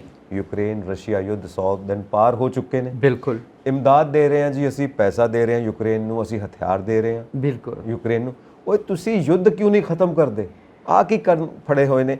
ਔਰ ਜਿਹੜੀਆਂ ਜਾਨਾਂ ਜਾ ਰਹੀਆਂ ਨੇ, ਜਿਹੜੇ ਲੋਕ ਮਰ ਰਹੇ ਨੇ ਜੀ, ਜਿਹੜੇ ਉੱਜੜ ਰਹੇ ਨੇ ਲੱਖਾਂ ਦੇ ਲੱਖ ਜੀ, ਉਹਨਾਂ ਦੇ ਜੀਵਨ ਕਿੱਥੋਂ ਆਉਣਗੇ ਮੁੜ ਕੇ? ਉਹਨਾਂ ਦੇ ਉਹ ਸੋਹਣਾ ਸਮਾਂ, ਉਹ ਖੁਸ਼ਨੁਮਾ ਮਾਹੌਲ, ਉਹ ਪਰਿਵਾਰ ਖੇਰੂ ਕਰਕੇ ਰੱਖਣੇ ਚਾਹੀਦੇ। ਸੰਜੀਵ ਜੀ, ਬੜੇ ਦੁੱਖ ਦੀ ਗੱਲ ਆ ਕਿ ਜਦੋਂ ਇਹ ਯੁੱਧ ਹੋਣ ਦੇ ਆਸਾਰ ਬਣ ਰਹੇ ਸੀਗੇ, ਹਾਂਜੀ, ਸਾਰੇ ਪੱਛਮੀ ਮੁਲਕ ਸਮੇਤ ਅਮਰੀਕਾ, ਕੈਨੇਡਾ, ਤੇ ਅਸੀਂ ਜੀ ਹਥਿਆਰਾਂ ਨਾਲ ਮਦਦ ਕਰਾਂਗੇ, ਅਸੀਂ ਧਨ ਦੇਵਾਂਗੇ, ਅਸੀਂ ਨਾਟੋ ਵੱਲੋਂ, ਨਾਟੋ ਰੂਸ ਨੂੰ ਰੌਲਾ ਤਾਂ ਇੱਕੋ ਹੀ ਸੀਗਾ ਨਾ ਵੀ ਇਹ ਨਾਟੋ ਦੀ ਮੈਂਬਰੀ ਮਿਲਦੀ ਆ ਤੇ ਗੁਆਂਢ ਦੇ ਵਿੱਚ ਜਿਹੜਾ ਹਥਿਆਰਾਂ ਦਾ ਜ਼ਖੀਰਾ ਬਣੂਗਾ ਜਾਂ ਉਹ ਲੋਕ ਇਮਦਾਦ ਤੇ ਆਉਣਗੇ। ਆਪਣੇ ਹਥਿਆਰ ਵੇਚ ਰਹੇ ਆ, ਹਾਂਜੀ, ਉਸ ਮੁਲਕ ਨੂੰ ਕਰਜ਼ਾਈ ਬਣਾ ਰਹੇ ਆ। ਹੁਣ ਤੱਕ ਦਾ ਜਿਹੜਾ ਰੋਲ ਆ, ਪਾਬੰਦੀਆਂ ਲਾਤੀਆਂ, ਪਾਬੰਦੀਆਂ ਲਾਉਣ ਦੇ ਨਾਲ ਜਿਹੜੇ ਲੋਕ ਉੱਥੇ ਮਰ ਰਹੇ ਆ, ਤੁਸੀਂ ਦੇਖੋ ਵੀ ਸਭ ਤੋਂ ਵੱਧ ਔਰਤਾਂ ਤੇ ਬੱਚੇ ਪ੍ਰਭਾਵਿਤ ਹੋਏ ਆ। ਬਿਲਕੁਲ ਤੁਸੀਂ ਆਪਾਂ ਜਾਣਦੇ ਹਾਂ ਖਬਰਾਂ ਤੋਂ, ਔਰ ਸ਼ਾਇਦ ਇੰਨੀ ਵੱਡੀ ਪੱਧਰ ਤੇ ਔਰਤਾਂ ਨਾਲ ਕਦੀ ਬਲਾਤਕਾਰ ਨਹੀਂ ਹੋਏ ਜਿੰਨੇ ਰੂਸ ਯੂਕਰੇਨ ਯੁੱਧ ਦੇ ਵਿੱਚ ਹੋਏ ਆ ਤੇ ਹੋ ਰਹੇ ਆ, ਹੈ ਨਾ। ਜ਼ੈਲੈਂਸਕੀ ਸਾਹਿਬ ਕੱਲ੍ਹ ਪਰਸੋਂ ਹੀ ਬਿਆਨ ਦੇ ਰਹੇ ਸੀਗੇ ਵੀ 20% ਮੁਲਕ ਤੇ ਯੂਕਰੇਨ ਤੇ ਹੁਣ ਉਹਨਾਂ ਦਾ ਕਬਜ਼ਾ ਹੋ ਚੁੱਕਾ ਹੈਗਾ ਜੀ। ਡੋਨੈਸਕ ਦਾ ਜਿਹੜਾ ਖੇਤਰ ਆ, ਇਲਾਕਾ ਆ, ਉਹ ਪਹਿਲਾਂ ਹੀ ਰੂਸ ਪੱਖੀ ਲੋਕ ਨੇ ਉੱਥੇ, ਕਿਉਂਕਿ ਜਿਹੜੇ ਦੁਸ਼ਮਣ ਦੇਸ਼ ਹੁੰਦੇ ਆ ਉਹ ਘੁਸਪੈਠ ਕਰਕੇ ਰੱਖਦੇ ਆ ਲੋਕਾਂ ਨੂੰ, ਆਪਣੇ ਵੱਲ ਨੂੰ ਵੀ ਕਰਦੇ ਨੇ, ਤਾਂ ਸ਼ਾਇਦ ਉੱਥੇ ਰੂਸੀ ਬੋਲਣ ਵਾਲਿਆਂ ਦੀ ਜਾਂ ਰੂਸੀ ਜ਼ਬਾਨ ਵਾਲਿਆਂ ਦੀ ਮੈਜੋਰਟੀ ਹੋਵੇ। ਉਹ ਖੇਤਰ ਪਹਿਲਾਂ ਹੀ ਅੱਧਾ ਉਹਨਾਂ ਦੇ ਕੋਲ ਹੈਗਾ, ਹੈ ਨਾ। ਉਹ ਤੋਂ ਮਗਰੋਂ ਅਜਾੜਾ ਦੇਖੋ, ਆਪਣੇ ਭਾਰਤੀ ਵਿਦਿਆਰਥੀ ਕਿੰਨੇ ਉੱਥੇ ਮੈਡੀਕਲ ਤੇ ਹੋਰ ਜਿਹੜੇ ਖੇਤਰ ਦੇ ਵਿੱਚ ਪੜ੍ਹਾਈ ਕਰ ਰਹੇ ਸੀਗੇ। ਕੁਛ ਸਸਤੀ ਵੀ ਪੈਂਦੀ ਆ ਤੇ ਕੁਛ ਬੱਚੇ ਜਿਹੜੇ ਆ ਸੌਖਾ ਦਾਖਲਾ ਮਿਲ ਜਾਂਦਾ, ਤੇ ਜਿਹੜੇ ਅਫੋਰਡ ਕਰ ਸਕਦੇ ਆ ਕਿੱਦਾਂ ਰੁਲ ਖੁਲ ਕੇ ਆਪਣੇ ਬੱਚੇ, ਕੋਈ ਯੂਰਪ ਰਾਹੀਂ ਹੋ ਕੇ, ਕੋਈ ਕਿੱਥੋਂ ਸੈਂਕੜੇ ਮੀਲ, ਹਜ਼ਾਰਾਂ ਮੀਲਾਂ ਦਾ ਸਫ਼ਰ ਕਰਕੇ ਉਹ ਕੋਈ ਗੱਡੀ ਫੜ ਕੇ, ਬੱਸ ਫੜ ਕੇ, ਟੈਕਸੀ ਫੜ ਕੇ ਬੱਚੇ ਆਪਣੇ ਇੱਥੇ ਪਹੁੰਚੇ ਨੇ। ਬਿਲਕੁਲ ਸਹੀ ਗੱਲ ਹੈ। ਦੇਖੋ ਨਾ, ਕਿਸੇ ਵੇਲੇ ਰਸ਼ੀਆ ਦਾ ਹੀ ਹਿੱਸਾ ਹੈ ਯੂਕਰੇਨ ਜੀ, ਸੱਭਿਆਚਾਰ ਇੱਕੋ ਹੀ, ਬੋਲੀ ਵੀ ਮਿਲਦੀ ਹੈ, ਮੈਜੋਰਟੀ ਬੋਲੀ ਮਿਲਦੀ ਕਿਉਂਕਿ ਯੂਕਰੇਨੀ ਭਾਸ਼ਾ ਇੰਨੀ ਨਹੀਂ, ਯੂਕਰੇਨੀ ਸੱਭਿਆਚਾਰ ਨੂੰ ਡੋਮੀਨੇਟ ਕਰਦਾ ਉੱਥੇ, ਰਸ਼ੀਅਨ ਕਲਚਰ ਡੋਮੀਨੇਟ ਕਰਦਾ। ਬਿਲਕੁਲ। ਸੋ ਇਹ ਸਭ ਗੱਲਾਂ ਵੀ ਮਿਲਦੀਆਂ ਨੇ ਜੀ। ਦੂਜੀ ਗੱਲ ਭਾਰਤ ਦੀ ਗੱਲ, ਹੁਣ ਭਾਰਤ ਸਰਕਾਰ ਵੱਲੋਂ ਕੋਈ ਵੀ ਐਸਾ ਸਟੇਟਮੈਂਟ ਜਾਰੀ ਨਹੀਂ ਹੋਇਆ ਸੀ ਕਿਉਂਕਿ ਰਸ਼ੀਆ ਦੇ ਨਾਲ ਵੀ ਸੰਬੰਧ ਦੇਖਣੇ ਨੇ, ਇੰਟਰਨੈਸ਼ਨਲ ਰਿਲੇਸ਼ਨਸ ਵੀ ਦੇਖਣੇ ਨੇ। ਕਿਤੇ ਨਾ ਕਿਤੇ ਇਸ ਗੱਲ ਦਾ ਵੀ ਭਾਰਤੀ ਵਿਦਿਆਰਥੀਆਂ ਦੇ ਉੱਥੇ ਬਚਾਅ ਦੇ ਉੱਤੇ ਅਸਰ ਪਿਆ ਕਿ ਉਹਨਾਂ ਨੂੰ ਉਹ ਸਪੋਰਟ ਨਹੀਂ ਮਿਲੀ ਉੱਥੋਂ ਦੇ ਨਾਗਰਿਕਾਂ ਵੱਲੋਂ ਜੋ ਮਿਲਣੀ ਚਾਹੀਦੀ ਸੀ ਕਿ ਤੁਹਾਡੇ ਦੇਸ਼ ਦੀ ਗਵਰਨਮੈਂਟ ਯੂਕਰੇਨ ਦੇ ਹੱਕ ਦੇ ਵਿੱਚ ਕੋਈ ਗੱਲ ਕਿਉਂ ਨਹੀਂ ਕਰਦੀ ਪਈ, ਕਿਉਂਕਿ ਅਸੀਂ ਛੋਟੇ ਹਾਂ, ਰਸ਼ੀਆ ਵੱਡਾ ਹੈ, ਤਾਕਤਵਰ ਹੈ, ਸਾਨੂੰ ਦਬਾ ਰਿਹਾ। ਬਿਲਕੁਲ ਉਹ ਸੇਮ ਹੈ ਜਿਵੇਂ ਚਾਈਨਾ ਉੱਠ ਕੇ ਇਹਨੂੰ ਤਾਈਵਾਨ ਤੇ ਕਰ ਦੇਵੇ, ਬਿਲਕੁਲ, ਜਾਂ ਸਾਡੇ ਭੂਟਾਨ ਨੇੜੇ ਹੈਗੇ ਨੇ ਜਿਹੜੇ, ਤਿੱਬਤ ਹੈਗਾ, ਉਹਦੇ ਉੱਤੇ ਕਰ ਦੇਵੇ। ਕਿਉਂਕਿ ਸਮੱਸਿਆ ਤੇ ਆਲਮੋਸਟ ਬਾਰਡਰ ਦੀ ਉਵੇਂ ਹੀ ਹੈ ਨਾ, ਜਿਵੇਂ ਸਾਡੀ ਪਾਕਿਸਤਾਨ ਤੇ ਚਾਈਨਾ ਨਾਲ ਮਿਲਦੀ ਹੈ ਜੇ ਜੀਓਪੋਲਿਟਿਕਸ ਦੀ ਗੱਲ ਕਰੋ, ਉਦਾਂ ਦੀ ਸਮੱਸਿਆ ਯੂਕਰੇਨ ਨਾਲ ਮਿਲਣ ਲੱਗ ਪਈ ਕਿਉਂਕਿ ਨਾਟੋ ਆ ਗਿਆ। ਬਿਲਕੁਲ। ਸੋ ਦੋ ਦੇਸ਼ ਬਣਾਉਣੇ ਨੇ, ਉਹ ਵਿੱਚ ਇੱਕ ਵਕਫਾ ਹੋ ਜਾਵੇ, ਨਾਟੋ ਪਰੇ ਰਹਿ ਜਾਵੇ ਤੇ ਰਸ਼ੀਆ ਦਾ ਬਾਰਡਰ ਸੁਰੱਖਿਅਤ ਹੋ ਜਾਵੇ, ਇਹ ਵੀ ਰਾਜਨੀਤੀ ਚੱਲੀ। ਹੁਣ ਇਹ ਟੋਟਲ ਮਿਲਾ ਕੇ 20% ਉਹ ਲੈ ਗਏ ਨੇ, ਠੀਕ ਹੈ। ਬਾਕੀ ਦੇ ਉੱਤੇ ਵੀ ਪ੍ਰੈਸ਼ਰ ਤੇ ਪੂਰਾ ਹੈ। ਔਰ ਜੋ ਯੂਕਰੇਨ ਦੇ ਰਾਸ਼ਟਰਪਤੀ ਨੇ ਉਹ ਵੀ ਇਹ ਗੱਲ ਜਾਣਦੇ ਨੇ ਕਿ ਐਸੀ ਮਾਰ ਪੈ ਚੁੱਕੀ ਹੈ ਕਿ ਇਹ ਕਾਫੀ ਸਾਲ ਖੜਾ ਨਹੀਂ ਹੋ ਸਕਦਾ। ਇਹ ਦਹਾਕਿਆਂ ਤੱਕ ਦੇਸ਼ ਨੂੰ ਮੋੜਾਸਾਰੀ ਲਈ ਨਾ ਧੱਕੇ ਖਾਣੇ ਪੈਣੇ ਆ, ਔਰ ਬਿਲਡਿੰਗਾਂ ਤਬਾਹ, ਸਿਸਟਮ ਤਬਾਹ, ਸੜਕਾਂ, ਪੁਲ, ਸਭ ਕੁਝ ਤਬਾਹ। ਹੁਣ ਉਹ ਨਿਊਕਲੀਅਰ ਪਲਾਂਟ ਜਿਹੜਾ ਉਹ ਵੀ ਉਹਨਾਂ ਦੇ ਕਬਜ਼ੇ 'ਚ ਆ, ਉਹਦਾ ਰੌਲਾ ਪੈਣ ਡਿਆ। ਬਿਲਕੁਲ। ਔਰ ਜੇ ਉੱਥੇ ਕੋਈ ਦੁਰਘਟਨਾ ਰੱਬ ਨਾ ਕਰੇ ਵਾਪਰ ਗਈ ਤਾਂ ਆਲੇ ਦੁਆਲੇ ਕੀ ਅਸਰ ਪਊ, ਰੇਡੀਏਸ਼ਨ ਫੈਲੂ। ਬਿਲਕੁਲ। ਔਰ ਮੈਂ ਇਸ ਗੱਲ ਤੇ ਹੈਰਾਨ ਹਾਂ ਸੱਤੀ ਸਾਹਿਬ, ਵੀ ਇੰਨੇ ਖਤਰਨਾਕ ਹਥਿਆਰ ਬਣਾਏ ਹੋਏ ਨੇ ਬੰਦੇ ਨੇ, ਇਹਦੀ ਲੋੜ ਕੀ ਪੈ ਗਈ ਸੀ? ਸਾਰਾ ਪੈਸਾ ਤੁਸੀਂ ਹਥਿਆਰਾਂ ਤੇ ਲਾ ਦਿੱਤਾ, ਇੰਨੇ ਹਥਿਆਰਾਂ ਦੇ ਪੈਸੇ ਜੇ ਤੁਸੀਂ ਬਚਾ ਲਵੋ ਤੇ ਗਰੀਬੀ ਦੂਰ ਹੋ ਜਾਏਗੀ ਪੂਰੀ ਦੁਨੀਆ ਦੀ। ਤੁਸੀਂ ਆ ਕੀ ਫੂਕਣ ਡਏ ਹੋ ਪੈਸੇ? ਖਰਕੀਵ ਦੇ ਵਿੱਚ ਜਿਹੜੇ ਬੰਦੀ ਬਣਾਏ ਹੋਏ ਸੀ ਯੂਕਰੇਨ ਦੇ ਫੌਜੀ ਤੇ ਆਮ ਨਾਗਰਿਕ, ਹੁਣ ਖਬਰਾਂ ਆ ਰਹੀਆਂ ਵੀ ਉੱਥੋਂ ਰੂਸ ਵਾਲੇ ਸਟੀਲ ਵੀ ਜਿਹੜਾ ਆ, ਹਜ਼ਾਰਾਂ ਟਨ ਸਟੀਲ ਵੀ ਉੱਥੋਂ ਕੱਢ ਕੇ ਲੈ ਗਏ ਉਸ ਪਲਾਂਟ ਚੋਂ, ਹੈ ਨਾ। ਖੈਰ, ਜਿਹੜੀ ਤੁਸੀਂ ਗੱਲ ਕਰਦੇ ਆ ਵੀ ਇੰਨੇ ਮਾਰੂ ਹਥਿਆਰ ਦੁਨੀਆ ਤੇ ਬਣ ਚੁੱਕੇ ਆ। ਅਜੇ ਦੁਨੀਆ ਭੁੱਖਮਰੀ ਨਾਲ ਜੂਝ ਰਹੀ ਆ। ਬਿਲਕੁਲ ਸਹੀ ਹੈ। ਅਜੇ ਅਨਪੜ੍ਹਤਾ ਨਾਲ ਜੂਝ ਰਹੀ ਆ। ਸਭ ਤੋਂ ਵੱਡਾ ਮਸਲਾ ਜਿਹੜਾ ਵਾਤਾਵਰਨ ਦਾ, ਐਨਵਾਇਰਨਮੈਂਟ ਦਾ ਆ, ਜਿਹੜਾ ਕਾਰਬਨ ਦੀ ਨਿਕਾਸੀ ਜਿਹੜੀ ਹੋ ਰਹੀ ਆ, ਉਹ ਘਟਣ ਦਾ ਨਾਂ ਨਹੀਂ ਲੈ ਰਹੀ। ਬਿਲਕੁਲ ਹਾਲੇ ਆਪਾਂ ਡੀਜ਼ਲ ਪੈਟਰੋਲ ਦੇ ਬਦਲਵੇਂ ਜਿਹੜੇ ਆਲਟਰਨੇਟਿਵਸ ਦੇਖ ਰਹੇ ਹਾਂ। ਓਜ਼ੋਨ 'ਚ ਏਡਾ ਵੱਡਾ ਮਘੋਰਾ ਹੋ ਚੁੱਕਾ, ਖਾਸ ਕਰਕੇ ਆਸਟ੍ਰੇਲੀਆ ਵਾਲੇ ਪਾਸੇ। ਆਸਟ੍ਰੇਲੀਆ ਦੇ ਉੱਪਰ ਤੁਹਾਨੂੰ ਪਤਾ ਵੀ ਆਸਟ੍ਰੇਲੀਆ ਦੇ ਵਿੱਚ ਸਕਿਨ ਡਿਸੀਜ਼ਸ ਬਹੁਤ ਹੋ ਰਹੀਆਂ, ਸਕਿਨ ਦੀ ਕੈਂਸਰ ਹੋ ਰਹੀ ਆ। ਉਹ ਤਾਂ ਹੀ ਹੋ ਰਹੀ ਆ ਵੀ ਓਜ਼ੋਨ ਦਾ ਖੱਪਾ ਆਸਟ੍ਰੇਲੀਆ ਵਾਲੇ ਪਾਸੇ ਅਸਮਾਨ ਦੇ ਵਿੱਚ ਜ਼ਿਆਦਾ ਹੈ ਨਾ। ਤੇ ਇਹ ਜਿਹੜਾ ਮਸਲੇ ਤੇ ਇਹ ਹੱਲ ਕਰਨ ਵਾਲੇ ਪਈ, ਅਸੀਂ 2022 ਦੇ ਵਿੱਚ ਵੀ ਭੁੱਖਮਰੀ ਤੋਂ ਨਿਜਾਤ ਨਹੀਂ ਪਾ ਸਕੇ, ਬਿਮਾਰੀਆਂ ਤੋਂ ਨਿਜਾਤ ਨਹੀਂ ਪਾ ਸਕੇ, ਬੇਰੁਜ਼ਗਾਰੀ ਤੋਂ ਨਿਜਾਤ ਨਹੀਂ ਪਾ ਸਕੇ, ਅਨਪੜ੍ਹਤਾ ਤੋਂ ਨਿਜਾਤ ਨਹੀਂ ਪਾ ਸਕੇ। ਮਸਲਨ ਅੰਗਰੇਜ਼ੀ ਹੈ, ਇੱਕ ਬੰਦਾ ਜੰਮਦਾ ਅੰਗਰੇਜ਼ ਮੁਲਕ ਦੇ ਵਿੱਚੋਂ, ਉਹਨੂੰ ਅੰਗਰੇਜ਼ੀ ਤਾਂ ਆਉਂਦੀ ਆ, ਪਰ ਉਹਨੂੰ ਦੀਨ ਦੁਨੀਆ ਦਾ ਹੋਰ ਕੋਈ ਨਹੀਂ ਪਤਾ। ਅਮਰੀਕਾ ਦੇ ਇੱਕ ਸਟੇਟ ਦੇ ਲੋਕਾਂ ਨੂੰ ਦੂਸਰੇ ਸਟੇਟ ਬਾਰੇ ਨਹੀਂ ਪਤਾ। ਇੱਕ ਬੰਨੇ ਕੀ ਹੋ ਰਿਹਾ ਉਹ ਦੇਸ਼ ਦੇ ਦੂਸਰੇ ਬੰਨੇ ਨਹੀਂ ਪਤਾ, ਕਿਉਂਕਿ ਅਨਪੜ੍ਹਤਾ, ਨਾ ਉਹ ਅਖਬਾਰ ਪੜ੍ਹਦੇ, ਨਾ ਉਹ ਟੀਵੀ ਦੇਖਦੇ, ਨਾ ਉਹ ਰੇਡੀਓ ਸੁਣਦੇ ਆ, ਨਾ ਉਹਨਾਂ ਕੋਲ ਸਾਧਨ ਨੇ।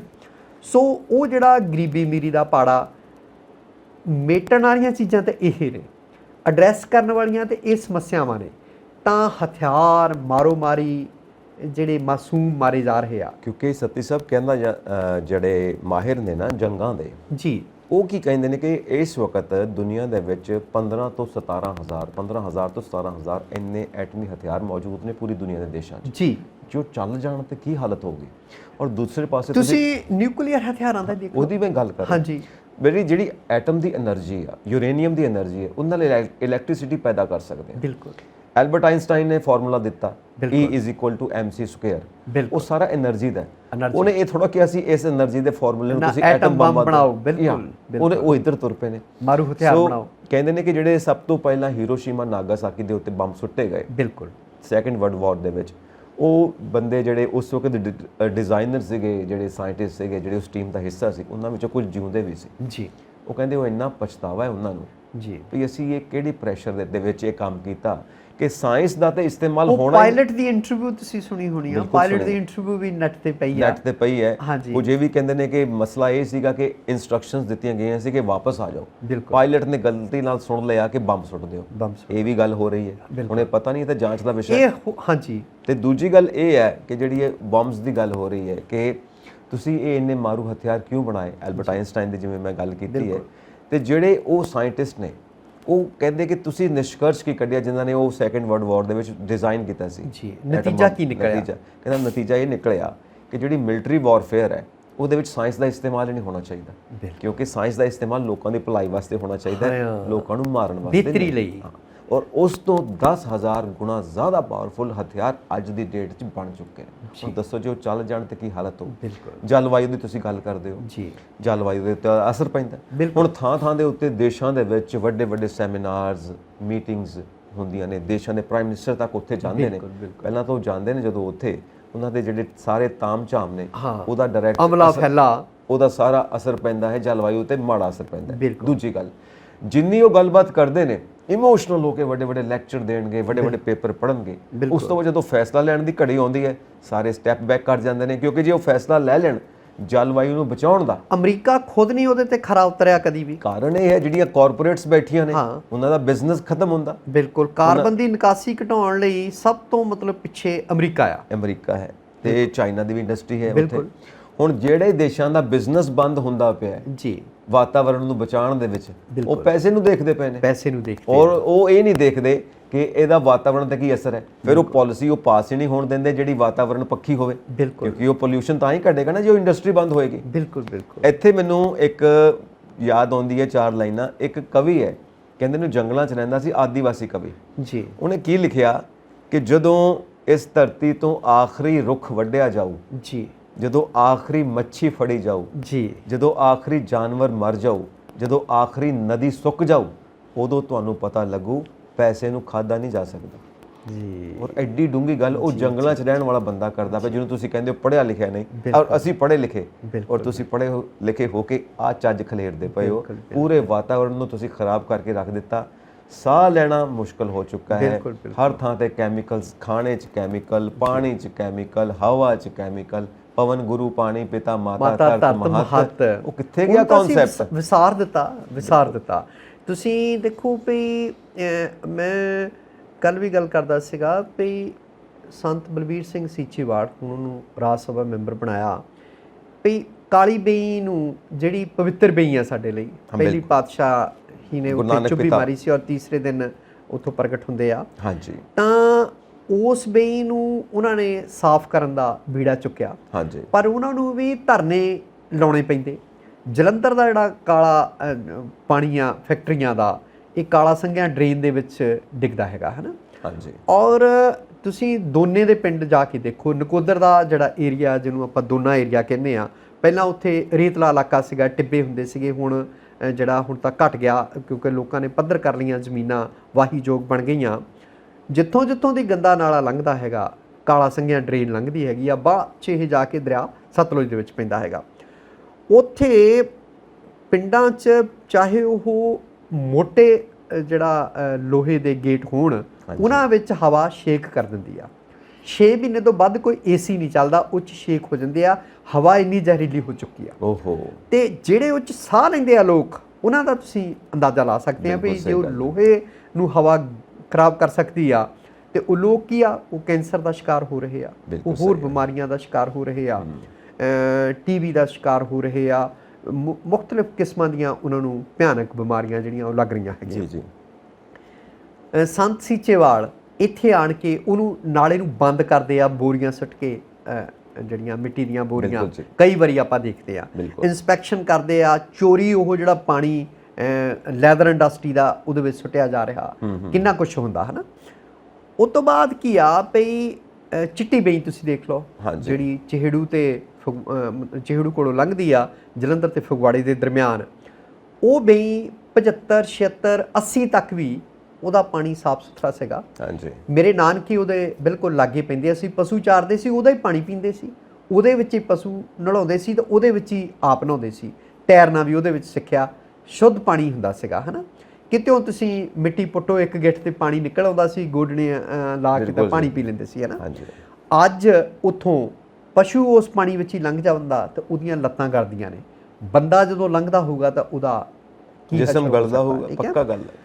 ਸਭ ਤੋਂ ਪਹਿਲਾਂ ਇੱਕ ਮਿੱਲ, ਪੇਪਰ ਮਿੱਲ ਜਿਹੜੀ ਆ ਸੈਲੇਵਲ, ਜ਼ਿਲ੍ਹਾ ਹੁਸ਼ਿਆਰਪੁਰ 'ਚ ਗੜਸ਼ੰਕਰ ਲਾਗੇ, ਉਹਦਾ ਜਿਹੜਾ ਪੇਪਰ ਮਿੱਲ ਦਾ ਪਾਣੀ ਸੁੱਟਿਆ ਜਾਂਦਾ।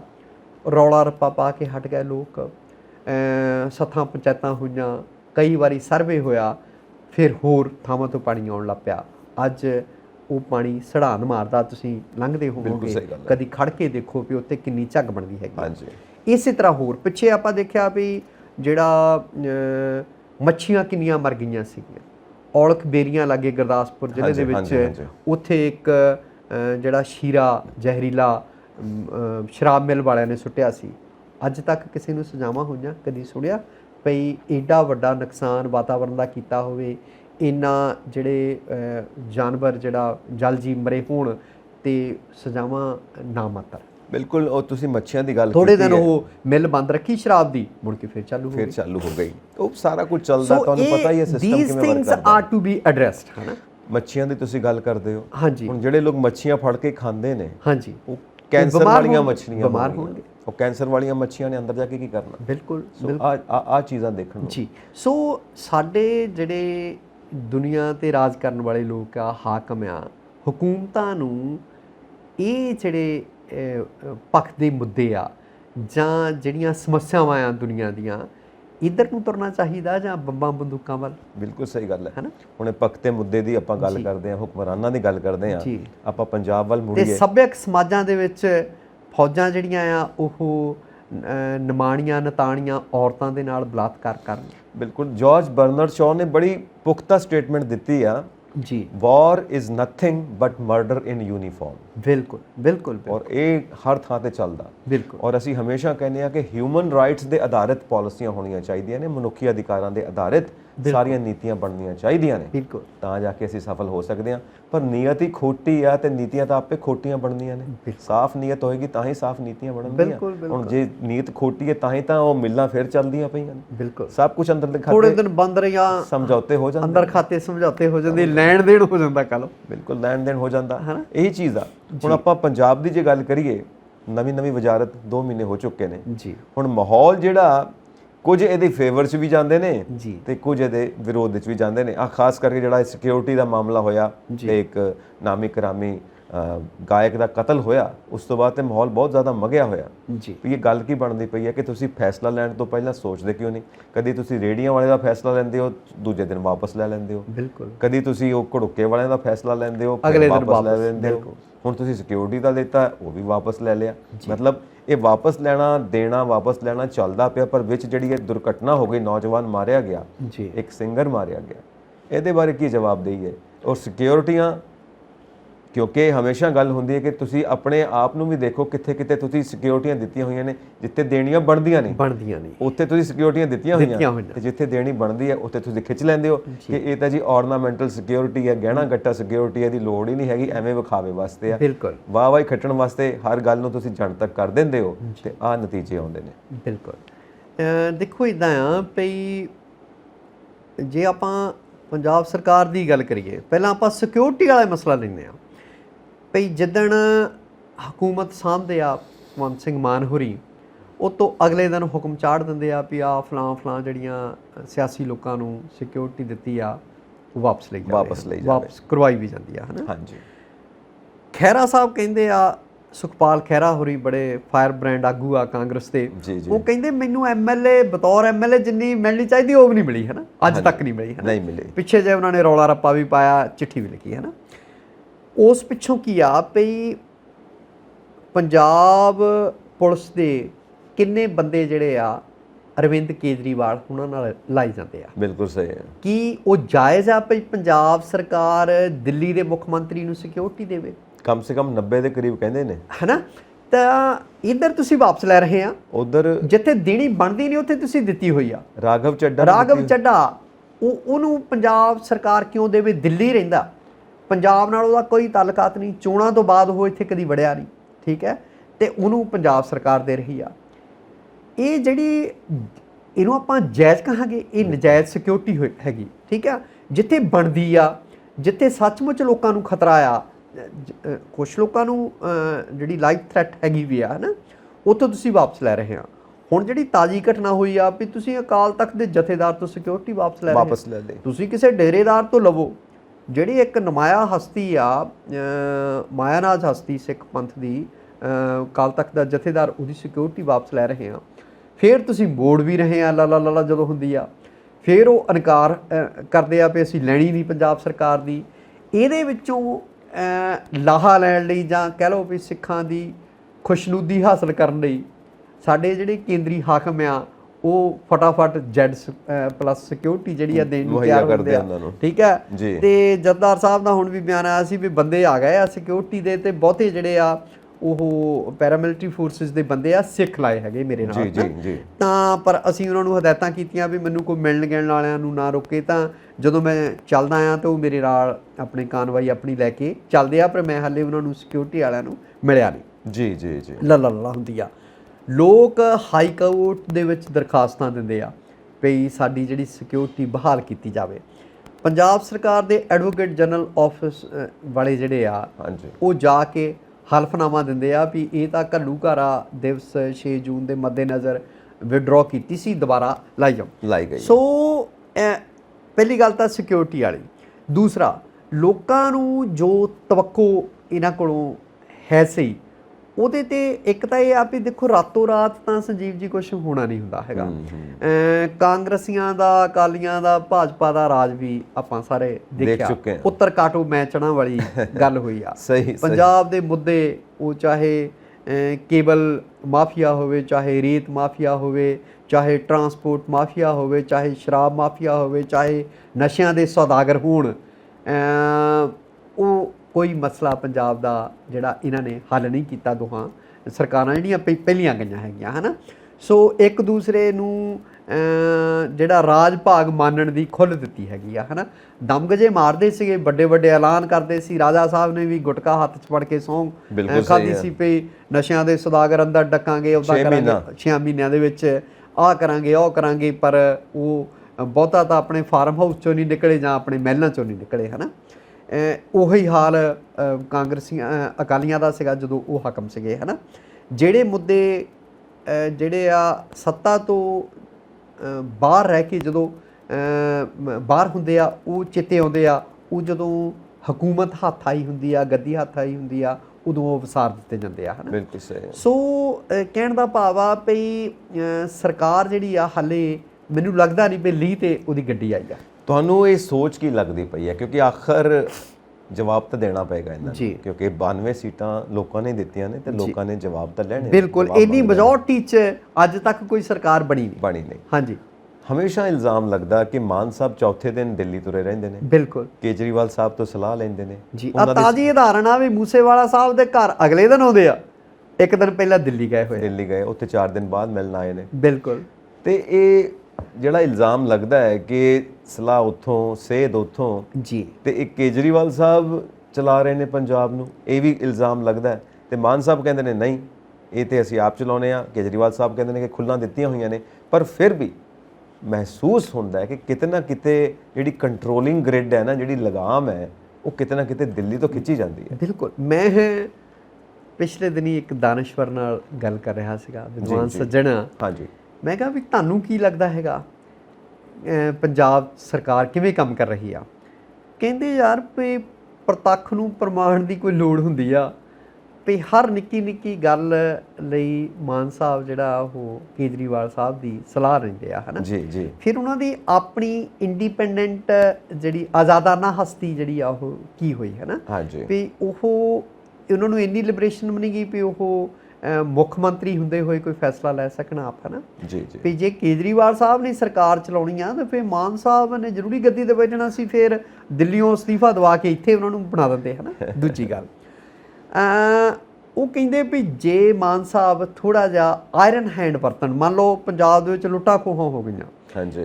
ਹੁਣ ਕੁਛ ਮਸਲਿਆਂ ਨੂੰ ਜ਼ਿਆਦਾ ਵੀ ਪਹਿਲਾਂ ਵੀ ਲੁੱਟਾਂ ਖੋਹਾਂ ਹੁੰਦੀਆਂ ਸੀ, ਅਕਾਲੀਆਂ ਵੇਲੇ ਪੁਲਿਸ ਅਫਸਰਾਂ 'ਤੇ ਹਮਲੇ ਹੁੰਦੇ ਆ। ਬਿਲਕੁਲ ਸਰ। ਬਾਅਦ 'ਚ ਉਹਨਾਂ ਤੋਂ ਕੇਸ ਵੀ ਵਿਡਰਾਅ ਕਰਵਾਏ ਜਾਂਦੇ ਆ। ਲੁਧਿਆਣੇ ਆਪਾਂ ਜਾਣਦੇ ਹਾਂ ਵੀ ਇੱਕ ਰੈਸਟੋਰੈਂਟ ਜਿਹੜਾ ਅਕਾਲੀਆਂ ਦੇ ਚਹੇਤਿਆਂ ਦਾ ਸੀਗਾ, ਸ਼ਾਇਦ ਅਹੁਦੇਦਾਰੀ ਵੀ ਸੀ ਉਹਨਾਂ ਕੋਲ ਕੋਈ।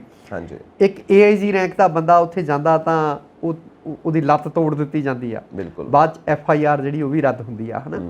ਅੰਮ੍ਰਿਤਸਰ ਆਪਣੇ ਪਰਿਵਾਰ ਦੇ ਨਾਲ ਇੱਕ SP ਰੋਟੀ ਖਾਣ ਜਾਂਦਾ, ਕੋਈ ਨੌਜਵਾਨ ਘੂਰ ਰਿਹਾ ਤਾਂ ਉਹ ਇੰਨਾ ਹੀ ਪੁੱਛ ਲੈਂਦਾ ਵੀ ਭਾਈ ਤੂੰ ਘੂਰਦਾ ਕਿਉਂ ਆ, ਜਾਂ ਬੱਚੇ ਸੀ ਉਹਦੇ ਨਾਲ, ਉਹਦੀ ਵਾਈਫ, ਹੋਰ ਬੱਚੇ, ਤਾਂ ਉਹ ਸਾਹਮਣੇ ਗੋਲੀ ਚਲਾਉਂਦਾ। ਬਿਲਕੁਲ। ਉਦੋਂ ਵੀ ਤਾਂ ਇਹ ਗੈਂਗਸਟਰ ਇੱਥੇ ਆਪਰੇਟ ਕਰ ਰਹੇ ਸੀ। ਫਿਰ ਇੱਕ ASI ਆਪਣੀ ਧੀ ਦੀ ਪੱਤ ਬਚਾਉਣ ਖਾਤਰ ਮਾਰਿਆ ਜਾਂਦਾ। ਅੰਮ੍ਰਿਤਸਰ ਦੀ ਘਟਨਾ 66 ਦੀ, ਉਦੋਂ ਅਕਾਲੀਆਂ ਨੇ ਕੀ ਕਰ ਲਿਆ?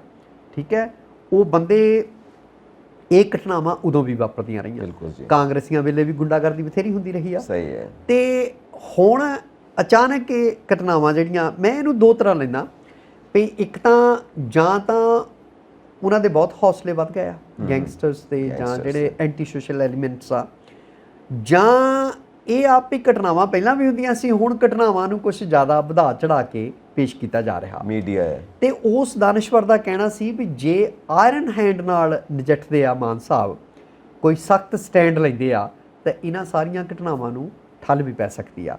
ਆਪਾਂ ਆਮ ਹੀ ਕਹਿੰਦੇ ਆ ਵੀ ਪੁਲਿਸ ਨੇ ਜਿਹੜਾ ਕੋਈ ਕੇਸ ਟਰੇਸ ਕਰਨਾ ਹੁੰਦਾ ਨਾ, ਟਰੇਸ ਕਰਨ ਤੇ ਆ ਜਾਵੇ ਤਾਂ ਟਰੇਸ ਵੀ ਕਰ ਲੈਂਦੀ ਆ। ਬਿਲਕੁਲ ਜੀ। ਇੱਥੇ ਕਿੰਨੇ ਮੋਟਰਸਾਈਕਲ, ਸਕੂਟਰ ਚੋਰੀ ਹੁੰਦੇ ਆ, ਕਾਰਾਂ ਚੋਰੀ ਹੁੰਦੀਆਂ, ਕੁਛ ਨਹੀਂ ਪਤਾ ਲੱਗਦਾ। ਪਿਛਲੇ ਦਿਨੀ ਇੱਥੋਂ ਬਾਈਪਾਸ ਤੋਂ ਇੱਕ ਇਨੋਵਾ 6 ਮਹੀਨੇ ਹੋ ਗਏ ਆ ਜਿਹੜੀ ਗੁੰਮ ਹੁੰਦੀ ਆ, ਨਵੀਂ ਕਿਸੇ ਦੀ। ਉਹ ਵਿਚਾਰੇ ਫਿਰ ਕੇ ਥੱਕ ਗਏ। ਕਹਿੰਦਾ ਵੀ 10, ਉਹ ਗਰੀਬ ਬੰਦਾ ਸੀਗਾ, ਟੈਕਸੀ ਟੁਕਸੀ ਵਾਹੁੰਦਾ ਸੀਗਾ, ਕਹਿੰਦਾ 10-12 ਹਜ਼ਾਰ ਤਾਂ ਮੈਂ ਉਹ CCTV ਕੈਮਰੇ ਚੈੱਕ ਕਰਦੇ, ਕਹਿੰਦਾ ਆਲੇ ਦੁਆਲੇ ਦੇ ਖਰਚ ਦਿੱਤੇ ਆ, ਤੇ ਪੁਲਿਸ ਨੇ ਹਾਲੇ ਉਹਨੂੰ ਕੋਈ ਹੱਥ ਪੱਲਾ ਨਹੀਂ ਫੜਾਇਆ। ਤਾਂ ਕਿਸੇ ਅਫਸਰ ਦੀ, ਕਿਸੇ ਵੱਡੇ ਸਿਆਸਤਦਾਨ ਦੀ ਬਿੱਲੀ ਜਾਂ ਕੁੱਤਾ ਗਵਾਚ ਹੋਏ ਨਾ, ਪੁਲਿਸ ਸਰਗਰਮ ਹੋ ਜਾਂਦੀ ਆ। ਗੱਲ ਇਹ ਹੈ, ਲੱਭ ਵੀ ਲੈਂਦੀ ਹੈ। ਬਿਲਕੁਲ ਸਹੀ ਗੱਲ ਹੈ ਸਤੀ ਸਾਹਿਬ। ਇਹਦੇ 'ਚ ਨਾ ਦੋ ਚੀਜ਼ਾਂ ਹੁੰਦੀਆਂ ਨੇ ਜੀ। ਜਦੋਂ ਕਾਂਗਰਸ ਦੀ ਵਜ਼ਾਰਤ ਹੈ ਉਦੋਂ ਵੀ ਹਾਈ ਕਮਾਂਡ ਤੋਂ ਤਾਂ ਜ਼ਰੂਰ ਪੁੱਛਦੇ ਹੀ ਹੋਣਗੇ। ਕਿਸੇ ਵੀ ਦੇਸ਼ ਦੇ ਵਿੱਚ ਜਦੋਂ ਸਟੇਟ ਗਵਰਨਮੈਂਟ ਕੋਈ ਬਣਦੀ ਹੈ, ਹਾਂ ਬਿਲਕੁਲ, ਉਹ ਆਪਣੀ ਪੇਰੈਂਟ ਪਾਰਟੀ ਨਾਲ ਗੱਲ ਕਰਦੀ ਹੈ। ਹਾਂ, ਹੁਣ ਇੱਥੇ ਦੋ ਚੀਜ਼ਾਂ ਆਉਂਦੀਆਂ ਨੇ। ਤੁਸੀਂ ਆਪਾਂ ਪੰਜਾਬ ਨੂੰ ਸਾਹਮਣੇ ਰੱਖ ਕੇ ਕੇਸ ਸਟੱਡੀ ਦੇ ਰੂਪ ਦੇ ਵਿੱਚ ਪੰਜਾਬ ਨੂੰ ਸਾਹਮਣੇ ਰੱਖ ਕੇ ਗੱਲ ਕਰਦੇ ਹਾਂ ਕਿ ਤੁਸੀਂ ਹਾਈ ਕਮਾਂਡ ਤੋਂ ਪੁੱਛਦੇ ਹੋ, ਨੋ ਡਾਊਟ ਤੁਹਾਨੂੰ ਪੁੱਛਣਾ ਬਣਦਾ। ਹੁਣ ਤੁਸੀਂ ਪੰਜਾਬ ਨੂੰ ਸਾਹਮਣੇ ਰੱਖ ਕੇ, ਪੰਜਾਬ ਦੇ ਲੋਕਾਂ ਨੂੰ ਸਾਹਮਣੇ ਰੱਖ ਕੇ ਨੀਤੀਆਂ ਬਣਾਉਣੀਆਂ ਨੇ ਕਿ ਪੰਜਾਬ ਦੇ ਭਲੇ ਵਾਸਤੇ, ਪੰਜਾਬ ਦੇ ਲੋਕਾਂ ਦੇ ਭਲੇ ਵਾਸਤੇ, ਜਾਂ ਆਪਣੀ ਸਿਆਸਤ ਚਮਕਾਉਣ ਵਾਸਤੇ ਨੀਤੀਆਂ ਬਣਾਉਣੀਆਂ ਨੇ ਕਿ ਪੰਜਾਬ ਤੋਂ ਬਾਅਦ ਹੁਣ ਬਾਕੀ ਸਟੇਟਾਂ ਦੇ ਵਿੱਚ ਵੀ ਫਰੈਂਚਾਈਜ਼ੀ ਤਾਂ ਹੀ ਮਿਲੇਗੀ ਨਾ ਤੁਹਾਨੂੰ ਜੇ ਪੰਜਾਬ ਦੇ ਵਿੱਚ ਤੁਸੀਂ ਸਫਲ ਹੁੰਦੇ ਹੋ। ਤੁਸੀਂ ਆਪਣੀ ਰਾਜਨੀਤੀ ਨੂੰ ਚਮਕਾਉਣ ਵਾਸਤੇ ਕਿ ਆਮ ਆਦਮੀ ਪਾਰਟੀ ਨੂੰ ਤੁਸੀਂ ਨੈਸ਼ਨਲ ਲੈਵਲ ਤੇ ਆਉਣਾ ਹੈ ਤੇ 2024 ਦੇ ਵਿੱਚ ਤੁਸੀਂ ਸੈਂਟਰ ਦੇ ਵਿੱਚ ਬਹਿਣ ਦੀ ਕੋਸ਼ਿਸ਼ ਕਰਨੀ ਆ। ਉਸ ਚੀਜ਼ ਨੂੰ ਸਾਹਮਣੇ ਰੱਖ ਕੇ ਤੁਸੀਂ ਪਾਲਿਸੀ ਦਾ ਸਾਰਾ ਡਿਜ਼ਾਈਨ ਬਣਾਉਣਾ ਹੈ ਜਾਂ ਪੰਜਾਬ ਦੇ ਹੱਕ ਦੇ ਵਿੱਚ ਬਣਾਉਣਾ ਹੈ। ਕਿਉਂਕਿ ਜੇ ਤੁਸੀਂ ਆਪਣੇ ਉਸ ਏਜੰਡੇ ਦੇ ਮੁਤਾਬਿਕ ਕੰਮ ਕਰਨਾ ਕਿ ਸੈਂਟਰ ਦੇ ਵਿੱਚ ਤੁਸੀਂ ਕਿਵੇਂ ਜਾਣਾ, ਫਿਰ ਤਾਂ ਸ਼ਾਇਦ ਪੰਜਾਬ ਦੇ ਹੱਕ 'ਚ ਨਾ ਬਣੇ, ਫਿਰ ਤਾਂ ਤੁਹਾਡੀ ਸਿਆਸਤ ਦੇ ਹੱਕ 'ਚ ਬਣੇਗੀ। ਤੇ ਜੇ ਪੰਜਾਬ ਦੇ ਹੱਕ 'ਚ ਬਣਦੀ ਹੈ ਤੇ ਫਿਰ ਤੁਸੀਂ ਪੰਜਾਬ ਨੂੰ ਲਾਂਚਿੰਗ ਪੈਡ ਵਾਕਣ ਇਸਤੇਮਾਲ ਨਹੀਂ ਕਰ ਸਕਦੇ ਰਾਜਨੀਤੀ ਚਮਕਾਉਣ ਵਾਸਤੇ। ਹੁਣ ਇਹ ਫੈਸਲਾ ਕਿਵੇਂ ਕਰੀਏ ਆਪਾਂ? ਹੁਣ ਗੱਲ ਤਾਂ ਇਹੀ ਆ ਨਾ ਭਈ, ਇਹੀ ਹੁਣ ਦੋ ਤਰ੍ਹਾਂ ਹੀ ਦੇਖਿਆ ਜਾ ਰਿਹਾ ਭਈ ਜੇ ਤਾਂ ਪੰਜਾਬ ਨੂੰ ਇੱਕ ਨਮੂਨੇ ਦਾ ਸੂਬਾ ਬਣਾ ਕੇ ਬਾਕੀ ਦੇਸ਼ ਦੀਆਂ ਚੋਣਾਂ ਜਿੱਤਣੀਆਂ, ਬਾਕੀ ਅਸੈਂਬਲੀਆਂ ਦੀਆਂ ਫਰੈਂਚਾਈਜ਼ੀ ਲੈਣੀਆਂ, ਫੇਰ ਤਾਂ ਪੰਜਾਬ ਨੂੰ ਢੰਗ ਨਾਲ ਚਲਾਉਣਾ ਪਊਗਾ। ਠੀਕ ਆ। ਸੋ ਜੇ ਨਹੀਂ ਤਾਂ ਫਿਰ ਦੂਸਰਾ ਰਾਹ ਹੈਗਾ ਜਿੱਦਾਂ ਤੁਸੀਂ ਦੱਸਦੇ ਹੋ।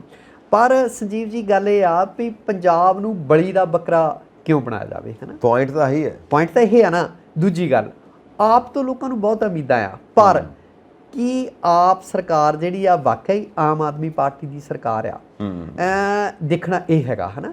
ਤੇ ਜਿਹੜਾ ਵਰਤਾਰਾ ਜਿੱਦਾਂ ਹੁਣ ਕਿਤੇ ਕਿਤੇ ਤਾਂ ਮੈਨੂੰ ਐਂ ਲੱਗਦਾ ਜਿਵੇਂ ਕੋਈ ਗੱਲ ਕਰ ਰਹੇ ਸੀਗੇ ਭਈ ਜਦੋਂ ਸਹੁੰ ਚੁੱਕ ਸਮਾਗਮ ਹੁੰਦਾ, ਕਿੰਨੇ ਲੋਕ ਆਉਂਦੇ ਨੇ ਉੱਥੇ, ਖਟਕੜ ਕਲਾਂ, ਹੈ ਨਾ? ਕਿੰਨਾ ਖਰਚ ਹੁੰਦਾ, ਕਿੱਡਾ ਵੱਡਾ ਪੰਡਾਲ ਬਣਦਾ।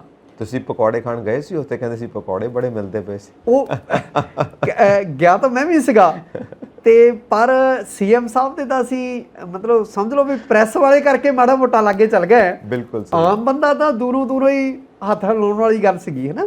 ਤੇ ਆਪਾਂ ਥੋੜਾ ਪੱਤਰਕਾਰ ਭਾਈਚਾਰਾ ਵੀ ਉਹ ਪਹੁੰਚ ਹੀ ਜਾਂਦਾ ਹੈਗਾ ਤੇ ਉੱਥੇ ਆਮ ਲੋਕ ਤਾਂ ਸਿਰਫ ਦੂਰੋਂ ਦੇਖ ਹੀ ਸਕਦੇ ਸੀ ਨਾ ਉਹਨੂੰ। ਪਰ ਓਡਾ ਅਡੰਬਰ ਕਰਨ ਦੀ ਕੀ ਲੋੜ ਪੈ ਗਈ? ਇਹੀ ਤਾਂ ਗੱਲ। ਉਹ ਆਮ ਆਦਮੀ ਪਾਰਟੀ ਦਾ ਕੋਈ ਝਲਕਾਰਾ ਤਾਂ ਫਿਰ ਨਹੀਂ ਪੈਂਦਾ ਹੈਗਾ ਜੋ ਕੁਛ ਉਹਨਾਂ ਨੇ ਕੀਤਾ, ਕਿੰਨਾ ਖਰਚ ਕੀਤਾ। ਫਿਰ ਤੁਸੀਂ ਦੇਖੋ ਇਸ਼ਤਿਹਾਰ ਕਿੰਨੇ ਦਿੱਤੇ ਗਏ ਅੱਜ ਤੱਕ। ਬੱਸਾਂ ਦਾ ਇਸਤੇਮਾਲ ਕੀਤਾ ਗਿਆ। ਅਦਰਵਾਈਜ਼ ਜਿਹੜੇ ਸਰਕਾਰ ਦੀ ਕਾਰਗੁਜ਼ਾਰੀ ਜਾਂ ਸਰਕਾਰ ਦੀ ਜਿਹੜਾ ਉਹਦੀ ਪ੍ਰੋਜੈਕਸ਼ਨ ਦੇ ਲਈ ਹੁਣ ਤੱਕ ਕਿੰਨੇ ਇਸ਼ਤਿਹਾਰ ਦਿੱਤੇ ਜਾ ਰਹੇ? ਇੱਕ ਚੀਜ਼ ਹੋਰ ਐਡ ਕਰੋ, ਲੋਕਾਂ ਦੀ ਬਿਹਤਰੀ ਲਈ ਕਿਉਂ ਨਹੀਂ? ਇੱਕ ਚੀਜ਼ ਹੋਰ ਐਡ ਕਰੋ, ਜਦੋਂ ਜਿੱਤਦੇ ਨੇ ਸੱਚਖੰਡ ਸ੍ਰੀ ਹਰਿਮੰਦਰ ਸਾਹਿਬ ਜਾ ਕੇ ਮੱਥਾ ਟੇਕਦੇ ਨੇ, ਉਦੋਂ ਸ਼ਕਤੀ ਪ੍ਰਦਰਸ਼ਨ ਕਰਨ ਦੀ ਕੀ ਲੋੜ ਹੈ? ਉਦੋਂ ਸ਼ਕਤੀ ਪ੍ਰਦਰਸ਼ਨ ਕਰਨ ਦੀ ਕੀ ਲੋੜ? ਸ਼ਕਤੀ ਤਾਂ ਲੋਕਾਂ ਦੀ ਹੈ, ਜਿਹਦੇ ਕਰਕੇ ਤੁਸੀਂ ਜਿੱਤੇ। ਬਿਲਕੁਲ। ਤੁਹਾਡੀ ਸ਼ਕਤੀ ਕਿੱਥੋਂ ਆ ਗਈ? ਲੋਕਾਂ ਨੇ, ਤੁਸੀਂ ਦੇਖੋ, ਰਵਾਇਤੀ ਪਾਰਟੀਆਂ ਨੂੰ ਬਿਲਕੁਲ ਹੀ ਸਿਆਸੀ ਹਾਸ਼ੀਏ ਤੋਂ ਧੱਕ ਕੇ ਪਰੇ ਹੀ ਨਹੀਂ ਕਰ ਦਿੱਤਾ, ਸਿਆਸੀ ਦ੍ਰਿਸ਼ ਤੋਂ ਹੀ ਅਲੋਪ ਕਰ ਦਿੱਤਾ। ਬਿਲਕੁਲ ਕਰਤਾ। ਠੀਕ ਹੈ। ਜਿਹੜੇ ਗੁਰੂ ਘੰਟਾਲ ਸੀਗੇ, 5 ਵਾਰ ਦੇ ਮੁੱਖ ਮੰਤਰੀ ਰਹੇ, ਉਹ ਹਾਰ ਗਏ, ਹੈ ਨਾ? ਜਿਹੜੇ ਕਹਿੰਦੇ ਸੀ ਅਸੀਂ 25 ਸਾਲ ਰਾਜ ਕਰਨਾ, ਪੁੱਤਰ ਉਹਨਾਂ ਦਾ, ਉਹ ਹਾਰ ਗਏ ਨਾ। ਠੀਕ ਹੈ। ਤੁਸੀਂ ਇਸ ਚੀਜ਼ ਨੂੰ ਲੈ ਕੇ ਚੱਲੋ। ਆਜ਼ਾਦੀ ਤੋਂ ਬਾਅਦ ਅਸੀਂ ਦੇਖਦੇ ਹਾਂ ਪੂਰੇ ਭਾਰਤ ਦੇ ਵਿੱਚ ਵੱਡੇ ਰਾਜਨੀਤੀ ਕਰਨ ਵਾਲੇ ਪੋਲੀਟੀਸ਼ੀਅਨਸ, ਵੱਡੇ ਬਿਜ਼ਨਸ ਹਾਊਸਿਸ, ਵੱਡੇ ਵਪਾਰੀ ਤੇ ਵੱਡੇ ਬਿਊਰੋਕਰੇਟਸ, ਅਫਸਰ, ਇਹ ਤਿੰਨਾਂ ਦੀ ਆਪਸ ਦੇ ਵਿੱਚ ਹੱਥ ਮਿਲੇ ਹੋਏ ਨੇ, ਤਿੰਨਾਂ ਦੀ ਆਪਸ ਦੇ ਵਿੱਚ ਦੋਸਤੀ ਨੈਕਸਸ ਹੈ। ਔਰ ਜਿਹੜੀ ਆਪਾਂ ਗੈਂਗਸਟਰਸ ਦੀ ਗੱਲ ਕਰਦੇ ਹਾਂ, ਉਹ ਵੀ ਇਹਨਾਂ ਨੂੰ ਸੂਟ ਕਰਦੇ ਨੇ। ਜਾਂ ਤਾਂ ਉਹਨਾਂ ਦੇ ਜ਼ਰੀਏ ਇਹ ਆਪਣੇ ਉਹ ਕੰਮ ਕਰਵਾਉਂਦੇ ਨੇ। ਗੈਂਗਸਟਰ ਆਏ ਕਿੱਥੋਂ? ਮਤਲਬ ਜਾਂ ਤਾਂ ਇਸ ਕਲਾਸ ਨਹੀਂ ਪੈਦਾ ਕੀਤੇ ਨੇ ਕਿਉਂਕਿ ਇਹਨਾਂ ਨੂੰ ਸੂਟ ਕਰਦੇ ਨੇ, ਜਿਹੜੇ ਕੰਮ ਉਹ ਲੀਗਲੀ ਨਹੀਂ ਕਰਵਾ ਸਕਦੇ ਉਹ ਇਹਨਾਂ ਦੇ ਜ਼ਰੀਏ ਕਰਵਾਉਂਦੇ ਨੇ, ਦਬਾਅ ਪਾ ਕੇ। ਜਾਂ ਤਾਂ ਇਹ ਚੀਜ਼ ਹੈ। ਬਿਲਕੁਲ। ਹੁਣ ਇਹ ਜਿਹੜਾ ਵੀ ਨੈਕਸਸ ਹੈ, ਜਿੱਦਾਂ ਤੁਸੀਂ ਸ਼ਬਦ ਇਸਤੇਮਾਲ ਕੀਤਾ ਨੈਕਸਸ, ਹੁਣ ਇਹ ਮਾਨ ਸਾਹਿਬ ਆਏ ਨੇ ਬਿਲਕੁਲ ਨਵੇਂ ਖਿਡਾਰੀ, ਇਹਨਾਂ ਦੇ ਬੰਦੇ ਵੀ ਨਵੇਂ ਖਿਡਾਰੀ। ਹੁਣ ਇਹ ਉਹ ਨੈਕਸਸ ਦੀ ਚਾਲ ਨੂੰ ਨਹੀਂ ਸਮਝਦੇ ਕਿਉਂਕਿ ਉਹ ਨੈਕਸਸ ਦੀ ਚਾਲ ਤਾਂ ਬਹੁਤ ਪੁਰਾਣੀ ਹੈ। ਅਸੀਂ ਆਪ ਹੀ ਦੇਖਦੇ ਹਾਂ ਲੌਬੀਜ਼ ਬਣੀਆਂ ਹੋਈਆਂ ਅਫਸਰਸ ਦੀਆਂ। ਇਹ ਕਾਂਗਰਸ ਦੀ ਲੌਬੀ ਦੇ ਅਫਸਰ ਨੇ, ਇਹ ਸ਼੍ਰੋਮਣੀ ਅਕਾਲੀ ਦਲ ਦੀ ਲੌਬੀ ਦੇ ਅਫਸਰ ਨੇ। ਹੁਣ ਇਹ ਮਾਨ ਸਾਹਿਬ ਦੀ ਲੌਬੀ ਦੇ ਤਾਂ ਅਫਸਰ ਕੋਈ ਹੈ ਨਹੀਂ, ਇਹ ਤਾਂ ਨਵੇਂ ਆਏ ਨੇ। ਬਿਲਕੁਲ। ਹੁਣ ਜਿਹੜੀ ਇੱਕ ਤਾਂ ਹੁੰਦੀ ਸਟੇਟ ਵਰਕ ਕਰਦੀ ਹੈ, ਇੱਕ ਜਿਹੜੀ ਡੀਪ ਸਟੇਟ ਵਰਕ ਕਰਦੀ ਹੈ। ਇਹ ਡੀਪ ਸਟੇਟ ਦੀਆਂ ਜਿਹੜੀਆਂ ਚਾਲਾਂ ਨੇ, ਜਿਹੜੀਆਂ ਖੇਡਾਂ ਨੇ, ਜਿਹੜੀਆਂ ਸਿਆਸੀ ਚਮਤਕਾਰ ਜਿਹੜੇ ਛਲ ਕਪਟ ਚੱਲਦੇ ਨੇ, ਉਹ ਮਾਨ ਸਾਹਿਬ ਤੇ ਉਹਨਾਂ ਦੀ ਟੀਮ ਨੂੰ ਹਜੇ ਸਮਝ ਨਹੀਂ ਆਉਂਦੇ ਪਏ। ਪਰ ਇਹ ਗੱਲ ਤੁਹਾਡੀ ਠੀਕ ਹੈ ਵੀ ਹਾਲੇ ਉਹਨਾਂ ਨੂੰ ਸਮਝਣ ਨੂੰ ਦੇਰ ਲੱਗ ਸਕਦੀ ਆ, ਜਾਂ ਹਾਲੇ ਜਾਂ ਜੋ ਕੁਛ ਅਫਸਰਸ਼ਾਹੀ ਨੂੰ ਕੰਟਰੋਲ ਕਿਵੇਂ ਕਰਨਾ। ਬਿਲਕੁਲ, ਉਹ ਗੱਲ ਇਹ ਆ ਪਈ ਉਹਨੂੰ ਜਾਣੀ ਕਿ ਇਹਨਾਂ ਦੀ ਵਲਗਣ ਹਾਲੇ ਨਹੀਂ ਆ ਰਹੀ। ਪਰ ਮੈਂ ਇੱਕ ਗੱਲ ਜ਼ਰੂਰ ਕਹਿਣੀ ਚਾਹੁੰਦਾ ਸੰਜੀਵ ਜੀ, ਪਈ ਪਿਛਲੇ ਦਿਨੀ ਮੈਂ ਇੱਕ ਸਰਹੱਦੀ ਜ਼ਿਲ੍ਹੇ ਦੇ ਪੁਲਿਸ ਮੁਖੀ ਕੋਲ ਬੈਠਾ ਸੀਗਾ, ਮਿੱਤਰ ਪਿਆਰੇ ਨੇ, ਸੱਚੇ ਸੁੱਚੇ ਇਮਾਨਦਾਰ ਬੰਦਾ। ਮੈਂ ਉਹਨਾਂ ਦਾ ਨਾਂ ਨਹੀਂ ਲਊਂਗਾ, ਨਾ ਜ਼ਿਲ੍ਹੇ ਦਾ ਨਾਂ ਲਊਂਗਾ। ਪਰ ਜਿਹੜੀ ਮੈਨੂੰ ਸਭ ਤੋਂ ਚੰਗੀ ਗੱਲ ਲੱਗੀ, ਉਹ ਕਹਿੰਦੇ ਪਈ CM ਸਾਹਿਬ ਦੀ ਮਨਸ਼ਾ ਜਿਹੜੀ ਆ ਨਾ, ਭਗਵੰਤ ਸਿੰਘ ਮਾਨ ਹੋਰਾਂ ਦੀ, ਉਹਦੇ ਤੇ ਕੋਈ ਸ਼ੱਕ ਨਹੀਂ ਕੀਤਾ ਜਾ ਸਕਦਾ। ਸਹੀ ਗੱਲ ਹੈ, ਉਹਨਾਂ ਦੀ ਮਨਸ਼ਾ ਚੰਗੀ ਆ। ਕਹਿੰਦੇ ਨਹੀਂ ਤਾਂ ਮੇਰੇ ਵਰਗਾ ਬੰਦਾ ਖੁੱਡੇ ਲੈਣ ਲੱਗੇ ਨੂੰ ਕੱਢ ਕੇ ਕੌਣ SSP ਲਾਉਂਦਾ ਹੈਗਾ। ਇਹ ਗੱਲ ਮੈਨੂੰ ਨਾ ਬਹੁਤ ਚੰਗੀ ਲੱਗੀ, ਮੇਰੇ ਜਿੱਦਾਂ ਹਿਰਦੇ 'ਚ ਵੱਜੀ ਆਣ ਕੇ, ਹੈ ਨਾ। ਦੂਜੀ ਗੱਲ, ਉਹ ਕਹਿੰਦੇ ਪਈ ਜਿਹੜਾ ਕੋਈ ਉਹਨਾਂ ਨੇ ਪਿਛਲੀ ਉਦਾਹਰਣ ਦਿੱਤੀ ਕਾਂਗਰਸ ਸਰਕਾਰ ਦੀ, ਕਹਿੰਦੇ ਇੱਕ ਮੰਤਰੀ ਕਿਸੇ ਜ਼ਿਲ੍ਹੇ ਦਾ, ਉਸ ਜ਼ਿਲ੍ਹੇ ਦਾ ਪੁਲਿਸ ਮੁਖੀ, ਇੱਕ ਨਾ ਕਹਿੰਦੇ ਉਹਨੇ ਕੋਈ ਪ੍ਰਾਈਵੇਟ ਦਫ਼ਤਰ ਮੰਤਰੀ ਨੇ ਬਣਾਇਆ ਸੀਗਾ, ਅਤੇ ਉੱਥੇ ਕਦੀ ਕਤਾਈ ਦੂਜੇ ਚੌਥੇ 1 ਘੰਟਾ ਬੈਠਦਾ ਸੀ। SSP ਕਹਿੰਦਾ ਜ਼ਿਲ੍ਹੇ ਦਾ ਉੱਥੇ 2-3 ਘੰਟੇ ਪੱਕੀ ਹਾਜ਼ਰੀ ਭਰਦਾ ਸੀ, ਮੰਤਰੀ ਆਵੇ ਚਾਹੇ ਨਾ ਆਵੇ ਜੀ। ਉਹਨੇ ਇੱਕ ਦੱਸਿਆ ਵੀ ਆ ਜਿਹੜਾ ਕੋਈ ਜ਼ਮੀਨਾਂ ਦਾ ਰੌਲਾ ਜਾਂ ਕਬਜ਼ੇ ਛਡਾਏ ਜਾ ਰਹੇ ਆ ਜੀ ਜੀ, ਕਿਤੇ ਕੋਈ ਰੌਲਾ ਪੈ ਗਿਆ ਕਹਿੰਦੇ ਮੇਰੇ ਜ਼ਿਲ੍ਹੇ ਦੇ ਵਿੱਚ, ਅਤੇ ਕਹਿੰਦੇ ਵੀ ਉੱਥੇ ਸੰਬੰਧਿਤ ਮੰਤਰੀ ਵੀ ਜਿਹੜੇ ਕੁਲਦੀਪ ਸਿੰਘ ਹੁਣੀ ਨੇ, ਕਹਿੰਦੇ ਉਹਨਾਂ ਦਾ ਮੈਨੂੰ ਫੋਨ ਆਇਆ ਵੀ SSP ਸਾਹਿਬ ਤੁਸੀਂ, ਕਹਿੰਦੇ ਮੈਂ ਉਹਨਾਂ ਨੂੰ ਕਿਹਾ ਵੀ ਮੈਂ ਆਪਣਾ DSP ਹਲਕੇ ਦਾ ਉੱਥੇ ਭੇਜਿਆ ਹੋਇਆ, ਹਾਂਜੀ SP ਉੱਥੇ ਬੈਠਾ ਵੀ ਮੈਂ ਉਹਨਾਂ ਨੂੰ ਐਂ ਤਾਂ ਨਹੀਂ ਕਿਹਾ ਵੀ ਮੈਂ ਕਿਉਂ ਆਵਾਂ, ਕਹਿੰਦੇ ਮੈਂ ਕਿਹਾ ਵੀ ਹੈੱਡਕੁਆਟਰ 'ਤੇ ਇੱਕ ਬੰਦਾ ਰਹਿਣਾ ਚਾਹੀਦਾ, ਕੰਟਰੋਲ ਤਾਂ ਮੈਂ ਕਰਨਾ ਨਾ, ਵੀ ਨਫਰੀ ਨੂੰ ਕਿੱਥੋਂ ਕਿੱਥੇ ਕੀ ਆ ਨਾ। ਹਾਂਜੀ ਹਾਂਜੀ। ਪਰ ਕਹਿੰਦੇ ਉਹਨਾਂ ਨੇ ਦੂਜੀ ਵਾਰੀ ਮੈਨੂੰ ਫੋਨ ਨਹੀਂ ਕੀਤਾ ਮੰਤਰੀ ਨੇ, ਹਾਂਜੀ, ਅਤੇ ਕਹਿੰਦੇ ਕੋਈ ਮੈਨੂੰ ਸਿਫਾਰਿਸ਼ ਨਹੀਂ ਆਉਂਦੀ ਵੀ ਉਹਨੂੰ ਉੱਥੇ SHO ਲਾ ਦਿਓ, ਉਹਨੂੰ ਫੜ ਲਓ, ਉਹਨੂੰ ਛੱਡ ਦਿਓ, ਉਹਦੇ ਖਿਲਾਫ ਪਰਚਾ ਦਰਜ ਕਰ ਦਿਓ, ਉਹਦੇ ਖਿਲਾਫ ਪਰਚਾ ਜਿਹੜਾ ਸੀਗਾ ਉਹਨੂੰ ਰੱਦ ਕਰ ਦਿਓ। ਅੱਛਾ ਜੀ। ਕਹਿੰਦੇ ਮੈਂ ਆਰਾਮ ਨਾਲ ਕੰਮ ਕਰ ਰਿਹਾ। ਸੋ ਇਹ ਇੱਕ ਮੈਂ ਉਦਾਹਰਣ ਆ, ਔਰ ਬਿਲਕੁਲ 200% ਜੋ ਮੈਂ ਤੁਹਾਨੂੰ ਗੱਲ ਸੁਣਾਈ ਹੈ ਇਹ ਸੱਚੀ ਆ। ਪਈ ਕਹਿੰਦੇ ਘੱਟੋ ਘੱਟ ਪੁਲਿਸ 'ਤੇ ਕੋਈ ਇੱਦਾਂ ਦਾ ਦਬਾਅ ਨਹੀਂ। ਦੂਜੀ ਗੱਲ ਕਹਿੰਦੇ SHO ਵੱਡੀ ਦੇ ਕੇ ਲੱਗਦੇ ਸੀ, ਹਾਂਜੀ, ਹੁਣ ਕਹਿੰਦੇ ਕੋਈ SHO ਲੱਗਣ ਨੂੰ ਤਿਆਰ ਨਹੀਂ, ਵੀ ਜਵਾਬਦੇਹੀ ਆ, ਹਨ ਕੰਮ ਕਰਨਾ ਪੈਣਾ ਹੈਗਾ। ਇੱਕ ਚੀਜ਼ ਤੁਸੀਂ ਇੱਥੇ ਫੇਰ ਕਹਿੰਦੇ ਹਲਕੇ ਦਾ MLA ਸਿਫਾਰਿਸ਼ ਕਰਦਾ ਸੀਗਾ, ਜਥੇਦਾਰ ਸਿਫਾਰਿਸ਼ਾਂ ਕਰਦੇ ਸੀਗੇ ਕਿ ਉਹਨੂੰ SHO ਲਾ ਦਿਓ ਜੀ, ਉਹਨੂੰ ਡਿਪਟੀ ਲਾ ਦਿਓ, ਜਿਹਨੂੰ ਕਿਸੇ ਨੂੰ ਡਿਪਟੀ ਲਾਉਣਾ ਹੁੰਦਾ ਸੀ। ਹੁਣ ਦੀਆਂ ਗੱਲਾਂ, ਇਲਾਕੇ ਦਾ MLA ਆਪਣੇ ਬੰਦਿਆਂ ਨੂੰ ਲੈਣ ਕੇ ਡਿਪਟੀ ਲਾਉਂਦਾ ਸੀ। ਕਹਿੰਦੇ ਇਸ ਗੱਲ ਤੋਂ ਮੁਕਤ ਹੋ ਗਿਆ ਕੰਮ। ਸਤੀ ਸਰ ਇੱਕ ਚੀਜ਼, ਇਹਨੂੰ ਇੱਕ ਚੰਗੀ ਸ਼ੁਰੂਆਤ ਤਾਂ ਕਹਿ ਸਕਦੇ, ਚੰਗੀ ਸ਼ੁਰੂਆਤ ਕਵਾਂਗੇ, ਕਿਉਂਕਿ ਜਿਹੜੀ ਚੀਜ਼ ਚੰਗੀ ਹੈ ਉਹਦੀ ਤਾਰੀਫ ਕਰਨੀ ਬਣਦੀ ਹੈ ਜੀ। ਹੁਣ ਜਿਹੜਾ ਇੱਕ ਧਾਗਾ ਅਧੂਰਾ ਛੱਡ ਦਿੱਤਾ ਆਪਾਂ, ਉਹਨੂੰ ਪੂਰਾ ਕਰਕੇ 2-4 ਲਾਈਨਾਂ 'ਚ ਫਿਰ ਆਪਾਂ ਸਮਾਪਨ ਕਰੀਏ ਜੀ। ਤੁਸੀਂ ਇੱਕ ਸ਼ਬਦ ਇਸਤੇਮਾਲ ਕੀਤਾ ਕਿ ਇਹ ਗੈਂਗਸਟਰਸ ਆਏ ਕਿੱਥੋਂ ਜੀ, ਪੈਦਾਵਾਰ ਕਾਦੀ ਆ, ਉਹ ਪੈਦਾਵਾਰ ਕਾਦੀ ਹੈ, ਇਹਦੇ ਉੱਤੇ ਥੋੜੀ ਜਿਹੀ ਗੱਲ ਕਰਾਂਗੇ ਜੀ, ਕਿ ਜਿਨ੍ਹਾਂ ਨੇ ਵੀ ਇਹ ਪੈਦਾ ਕੀਤੇ ਜੀ, ਪਰ ਇਹ ਨੌਜਵਾਨੀ ਨੂੰ ਗਲਤ ਰਾਹ ਤੇ ਪਾ ਦਿੱਤਾ, ਨੌਜਵਾਨੀ ਨੂੰ ਗਲਤ ਇਸਤੇਮਾਲ। ਸਾਡੇ ਕੋਲ ਤੇ ਸ਼ਹੀਦਾਂ ਦੀਆਂ ਐਗਜ਼ਾਮਪਲਾਂ ਨੇ, ਬਿਲਕੁਲ ਸ਼ਹੀਦ ਭਗਤ ਸਿੰਘ, ਬਿਲਕੁਲ ਸਾਡੇ ਕੋਲ ਤੇ ਐਸੇ ਨੌਜਵਾਨ ਸਮਾਜ ਲਈ ਜਿਨ੍ਹਾਂ ਦੇ ਅਸਾਰੂ ਯੋਗਦਾਨ ਆ ਜੀ, ਜਿਨ੍ਹਾਂ ਨੇ ਸਮਾਜ ਨੂੰ ਸੇਧ ਦਿੱਤੀ। ਬਿਲਕੁਲ ਸਾਡੇ ਕੋਲ ਸਾਹਿਬਜ਼ਾਦਾ ਅਜੀਤ ਸਿੰਘ, ਸਾਹਿਬਜ਼ਾਦਾ ਜ਼ੁਜਾਰ ਸਿੰਘ, ਜਿਹੜੇ ਜੰਗਾਂ 'ਚ ਸ਼ਹੀਦ ਹੋਏ ਨੇ ਦੇਸ਼ ਵਾਸਤੇ, ਕੌਮ ਵਾਸਤੇ। ਸਾਡੇ ਕੋਲ ਇਹ ਨੌਜਵਾਨ ਮਤਲਬ ਜਿਹੜੇ ਮਜ਼ਲੂਮਾਂ ਦੇ ਨਾਲ ਖੜਦੇ ਸੀ। ਹੁਣ ਇਹ ਜਿਹੜੇ ਮੁੰਡੇ ਨੇ ਗੈਂਗਸਟਰਸ, ਜਿਨ੍ਹਾਂ ਦੀਆਂ ਜ਼ਿੰਦਗੀਆਂ ਬਰਬਾਦ ਹੋ ਰਹੀਆਂ ਨੇ, ਇਹਨਾਂ ਨੂੰ ਮੁੜ ਤੋਂ ਸਟ੍ਰੀਮਲਾਈਨ ਦੇ ਵਿੱਚ ਸਰਕਾਰਾਂ ਨੂੰ ਲਿਆਉਣਾ ਚਾਹੀਦਾ, ਮੁੜ ਵਸੇਬਾ ਕਰਨਾ ਚਾਹੀਦਾ, ਤਾਂ ਕਿ ਮੁੜ ਤੋਂ ਆਪਣੀ ਜ਼ਿੰਦਗੀ ਸ਼ੁਰੂ ਕਰ ਸਕਣ। ਤੇ ਉਹਨਾਂ ਲੋਕਾਂ ਨੂੰ ਵੀ ਅਸੀਂ ਹੱਥ ਜੋੜ ਕੇ ਕਹਿ ਸਕੀਏ ਕਿ ਬਾਬਾ ਜੀ ਦਾ ਵਾਸਤਾ, ਜਿਹੜੇ ਤੁਸੀਂ ਇਹਨਾਂ ਨੂੰ ਇਸਤੇਮਾਲ ਕਰਦੇ ਹੋ, ਨਾ ਇਸਤੇਮਾਲ ਕਰੋ। ਬਿਲਕੁਲ ਗੱਲ ਤੁਹਾਡੀ ਠੀਕ ਹੈ। ਆਪ ਸਰਕਾਰ ਨੇ ਕੁਝ ਇਹੋ ਜਿਹਾ ਇਸ਼ਾਰਾ ਵੀ ਕੀਤਾ, ਮੰਤਰੀਆਂ ਦੇ ਬਿਆਨ ਆਏ ਆ, CM ਸਾਹਿਬ ਦੇ ਆਏ ਆ, ਵੀ ਅਸੀਂ ਨੌਜਵਾਨ ਆ, ਸਾਡੇ ਹੀ ਬੱਚੇ ਆ, ਸਾਡੇ ਆਪਣੇ ਪਰਿਵਾਰਾਂ ਦੇ ਬੱਚੇ ਨੇ, ਠੀਕ ਹੈ, ਕਿਸੇ ਦਾ ਪੁੱਤ ਆ, ਕਿਸੇ ਦਾ ਭਰਾ ਆ, ਮਾਵਾਂ ਦੇ ਪੁੱਤ ਆ। ਗੈਂਗਸਟਰ ਜਿਹੜਾ ਕਹਿੰਦੇ ਮਾਂ ਦਾ ਪੁੱਤ ਬਦਮਾਸ਼ ਵੀ ਹੋਵੇ ਨਾ, ਕਤਲ ਕਰਕੇ ਵੀ ਆਇਆ ਹੋਵੇ, ਉਹ ਆਪਣੇ ਪੁੱਤ ਨੂੰ ਗੱਲ ਨਾਲ ਲਾਉਂਦੀ ਆ, ਹੈ ਨਾ, ਮਾਮਾ। ਬਿਲਕੁਲ ਸਹੀ ਗੱਲ ਹੈ। ਕਹਿਣ ਦਾ ਭਾਵੇਂ ਆ ਵੀ ਹੁਣ ਆਪ ਸਰਕਾਰ ਨੇ ਇਹੋ ਜਿਹਾ ਇਸ਼ਾਰਾ ਵੀ ਦਿੱਤਾ ਵੀ ਜਿਹੜੇ ਇਹ ਗੈਂਗਸਟਰ ਆ, ਅਸੀਂ ਇਹਨਾਂ ਨੂੰ ਮੁੱਖ ਧਾਰਾ ਦੇ ਵਿੱਚ ਲਿਆਵਾਂਗੇ, ਇਹਨਾਂ ਦੀ ਰੀਹੈਬਿਲਿਟੇਸ਼ਨ ਕਰਾਂਗੇ। ਤੁਸੀਂ ਦੇਖੋ ਲੱਖਾ ਸਿਧਾਣਾ ਦੀ ਆਪਾਂ ਗੱਲ ਕਰਦੇ ਹਾਂ, ਲੱਖਾ ਸਿਧਾਣਾ ਕਦੀ ਇਹਨਾਂ ਸਫਾਂ ਦੇ ਵਿੱਚ ਰਿਹਾ ਹੈਗਾ। ਬਿਲਕੁਲ ਸਹੀ। ਅੱਜ ਕੱਲ੍ਹ ਉਹ ਲੈਕਚਰ ਕਰਦਾ, ਲੋਕਾਂ ਨੂੰ ਉਪਦੇਸ਼ ਦਿੰਦਾ, ਨਸ਼ਿਆਂ ਦੇ ਖਿਲਾਫ ਬੋਲਦਾ ਹੈਗਾ, ਨੌਜਵਾਨਾਂ ਨੂੰ ਲੀਹ ਤੇ ਲਿਆਉਣ ਦੀਆਂ ਗੱਲਾਂ ਕਰਦਾ ਹੈਗਾ। ਤੇ ਸਰਕਾਰ ਨੇ ਇਹ ਵੀ ਕਿਹਾ ਹੈਗਾ ਵੀ ਜਿਹੜੇ ਰਾਹ ਤੋਂ ਭਟਕੇ ਨੌਜਵਾਨ ਨੇ, ਚਾਹੇ ਉਹ ਕਿਸੇ ਵੀ ਤਰ੍ਹਾਂ ਮਤਲਬ ਇਧਰ ਨੂੰ ਤੁਰੇ ਨੇ, ਉਹਨਾਂ ਨੂੰ ਅਸੀਂ ਮੁੱਖ ਧਾਰਾ ਦੇ ਵਿੱਚ ਲਿਆਣ ਕੇ ਉਹਨਾਂ ਨੂੰ ਚੰਗੇ ਯਾਰ ਹੀ ਨਾਵਾਂਗੇ। ਤੇ ਜਿਹੜੇ ਇਹਨਾਂ ਨੂੰ ਇਸਤੇਮਾਲ ਕਰਦੇ ਨੇ ਉਹਨਾਂ ਬਾਰੇ ਕੀ ਕਹੋਗੇ? ਉਹਨਾਂ ਨੂੰ ਜਿਨ੍ਹਾਂ ਨੇ ਇਸਤੇਮਾਲ ਕੀਤਾ ਜਾਂ ਕਰ ਰਹੇ ਆ, ਉਹ ਲੋਕ ਵੀ ਸਾਹਮਣੇ ਲਿਆਉਣੇ ਚਾਹੀਦੇ ਆ, ਉਹਨਾਂ ਨੂੰ ਵੀ ਸਾਹਮਣੇ ਲਿਆਇਆ ਜਾਣਾ ਚਾਹੀਦਾ। ਅਸੀਂ ਤਾਂ ਇਹੀ ਕਹਾਂਗੇ, ਬਾਬਾ ਜੀ ਦਾ ਵਾਸਤਾ ਨਾ ਕਰੋ ਵੀ ਇਹੋ ਜਿਹੇ ਇਹ ਕੰਮ ਨਾ ਹੀ ਕਰੋ ਤਾਂ ਬਿਹਤਰ ਹੈ ਨਾ। ਚੱਲਿਆ ਜਾਵੇ ਜੀ, ਮੇਰਾ ਖਿਆਲ ਆ ਵੀ ਚੱਲਿਆ ਜਾਵੇ। ਤੇ ਅਸੀਂ ਆਪਣੇ ਦਰਸ਼ਕਾਂ ਨੂੰ ਕਵਾਂਗੇ ਕਿ ਆਪਣੇ ਵਿਚਾਰ ਜ਼ਰੂਰ ਸਾਨੂੰ ਇਨਬਾਕਸ ਕਰੋ ਤਾਂ ਕਿ ਅਸੀਂ ਉਹਨਾਂ ਦੇ ਉੱਤੇ ਹੋਰ ਗੱਲਬਾਤ ਕਰ ਸਕੀਏ, ਪ੍ਰੋਗਰਾਮ ਨੂੰ ਹੋਰ ਬਿਹਤਰ ਬਣਾ ਸਕੀਏ। ਜੀ, ਹਾਲ ਦੀ ਘੜੀ ਆਪਾਂ ਆਗਿਆ ਲੈਂਦੇ ਹਾਂ। ਸਤਿ ਸ਼੍ਰੀ ਅਕਾਲ ਜੀ। ਸਤਿ ਸ਼੍ਰੀ ਅਕਾਲ।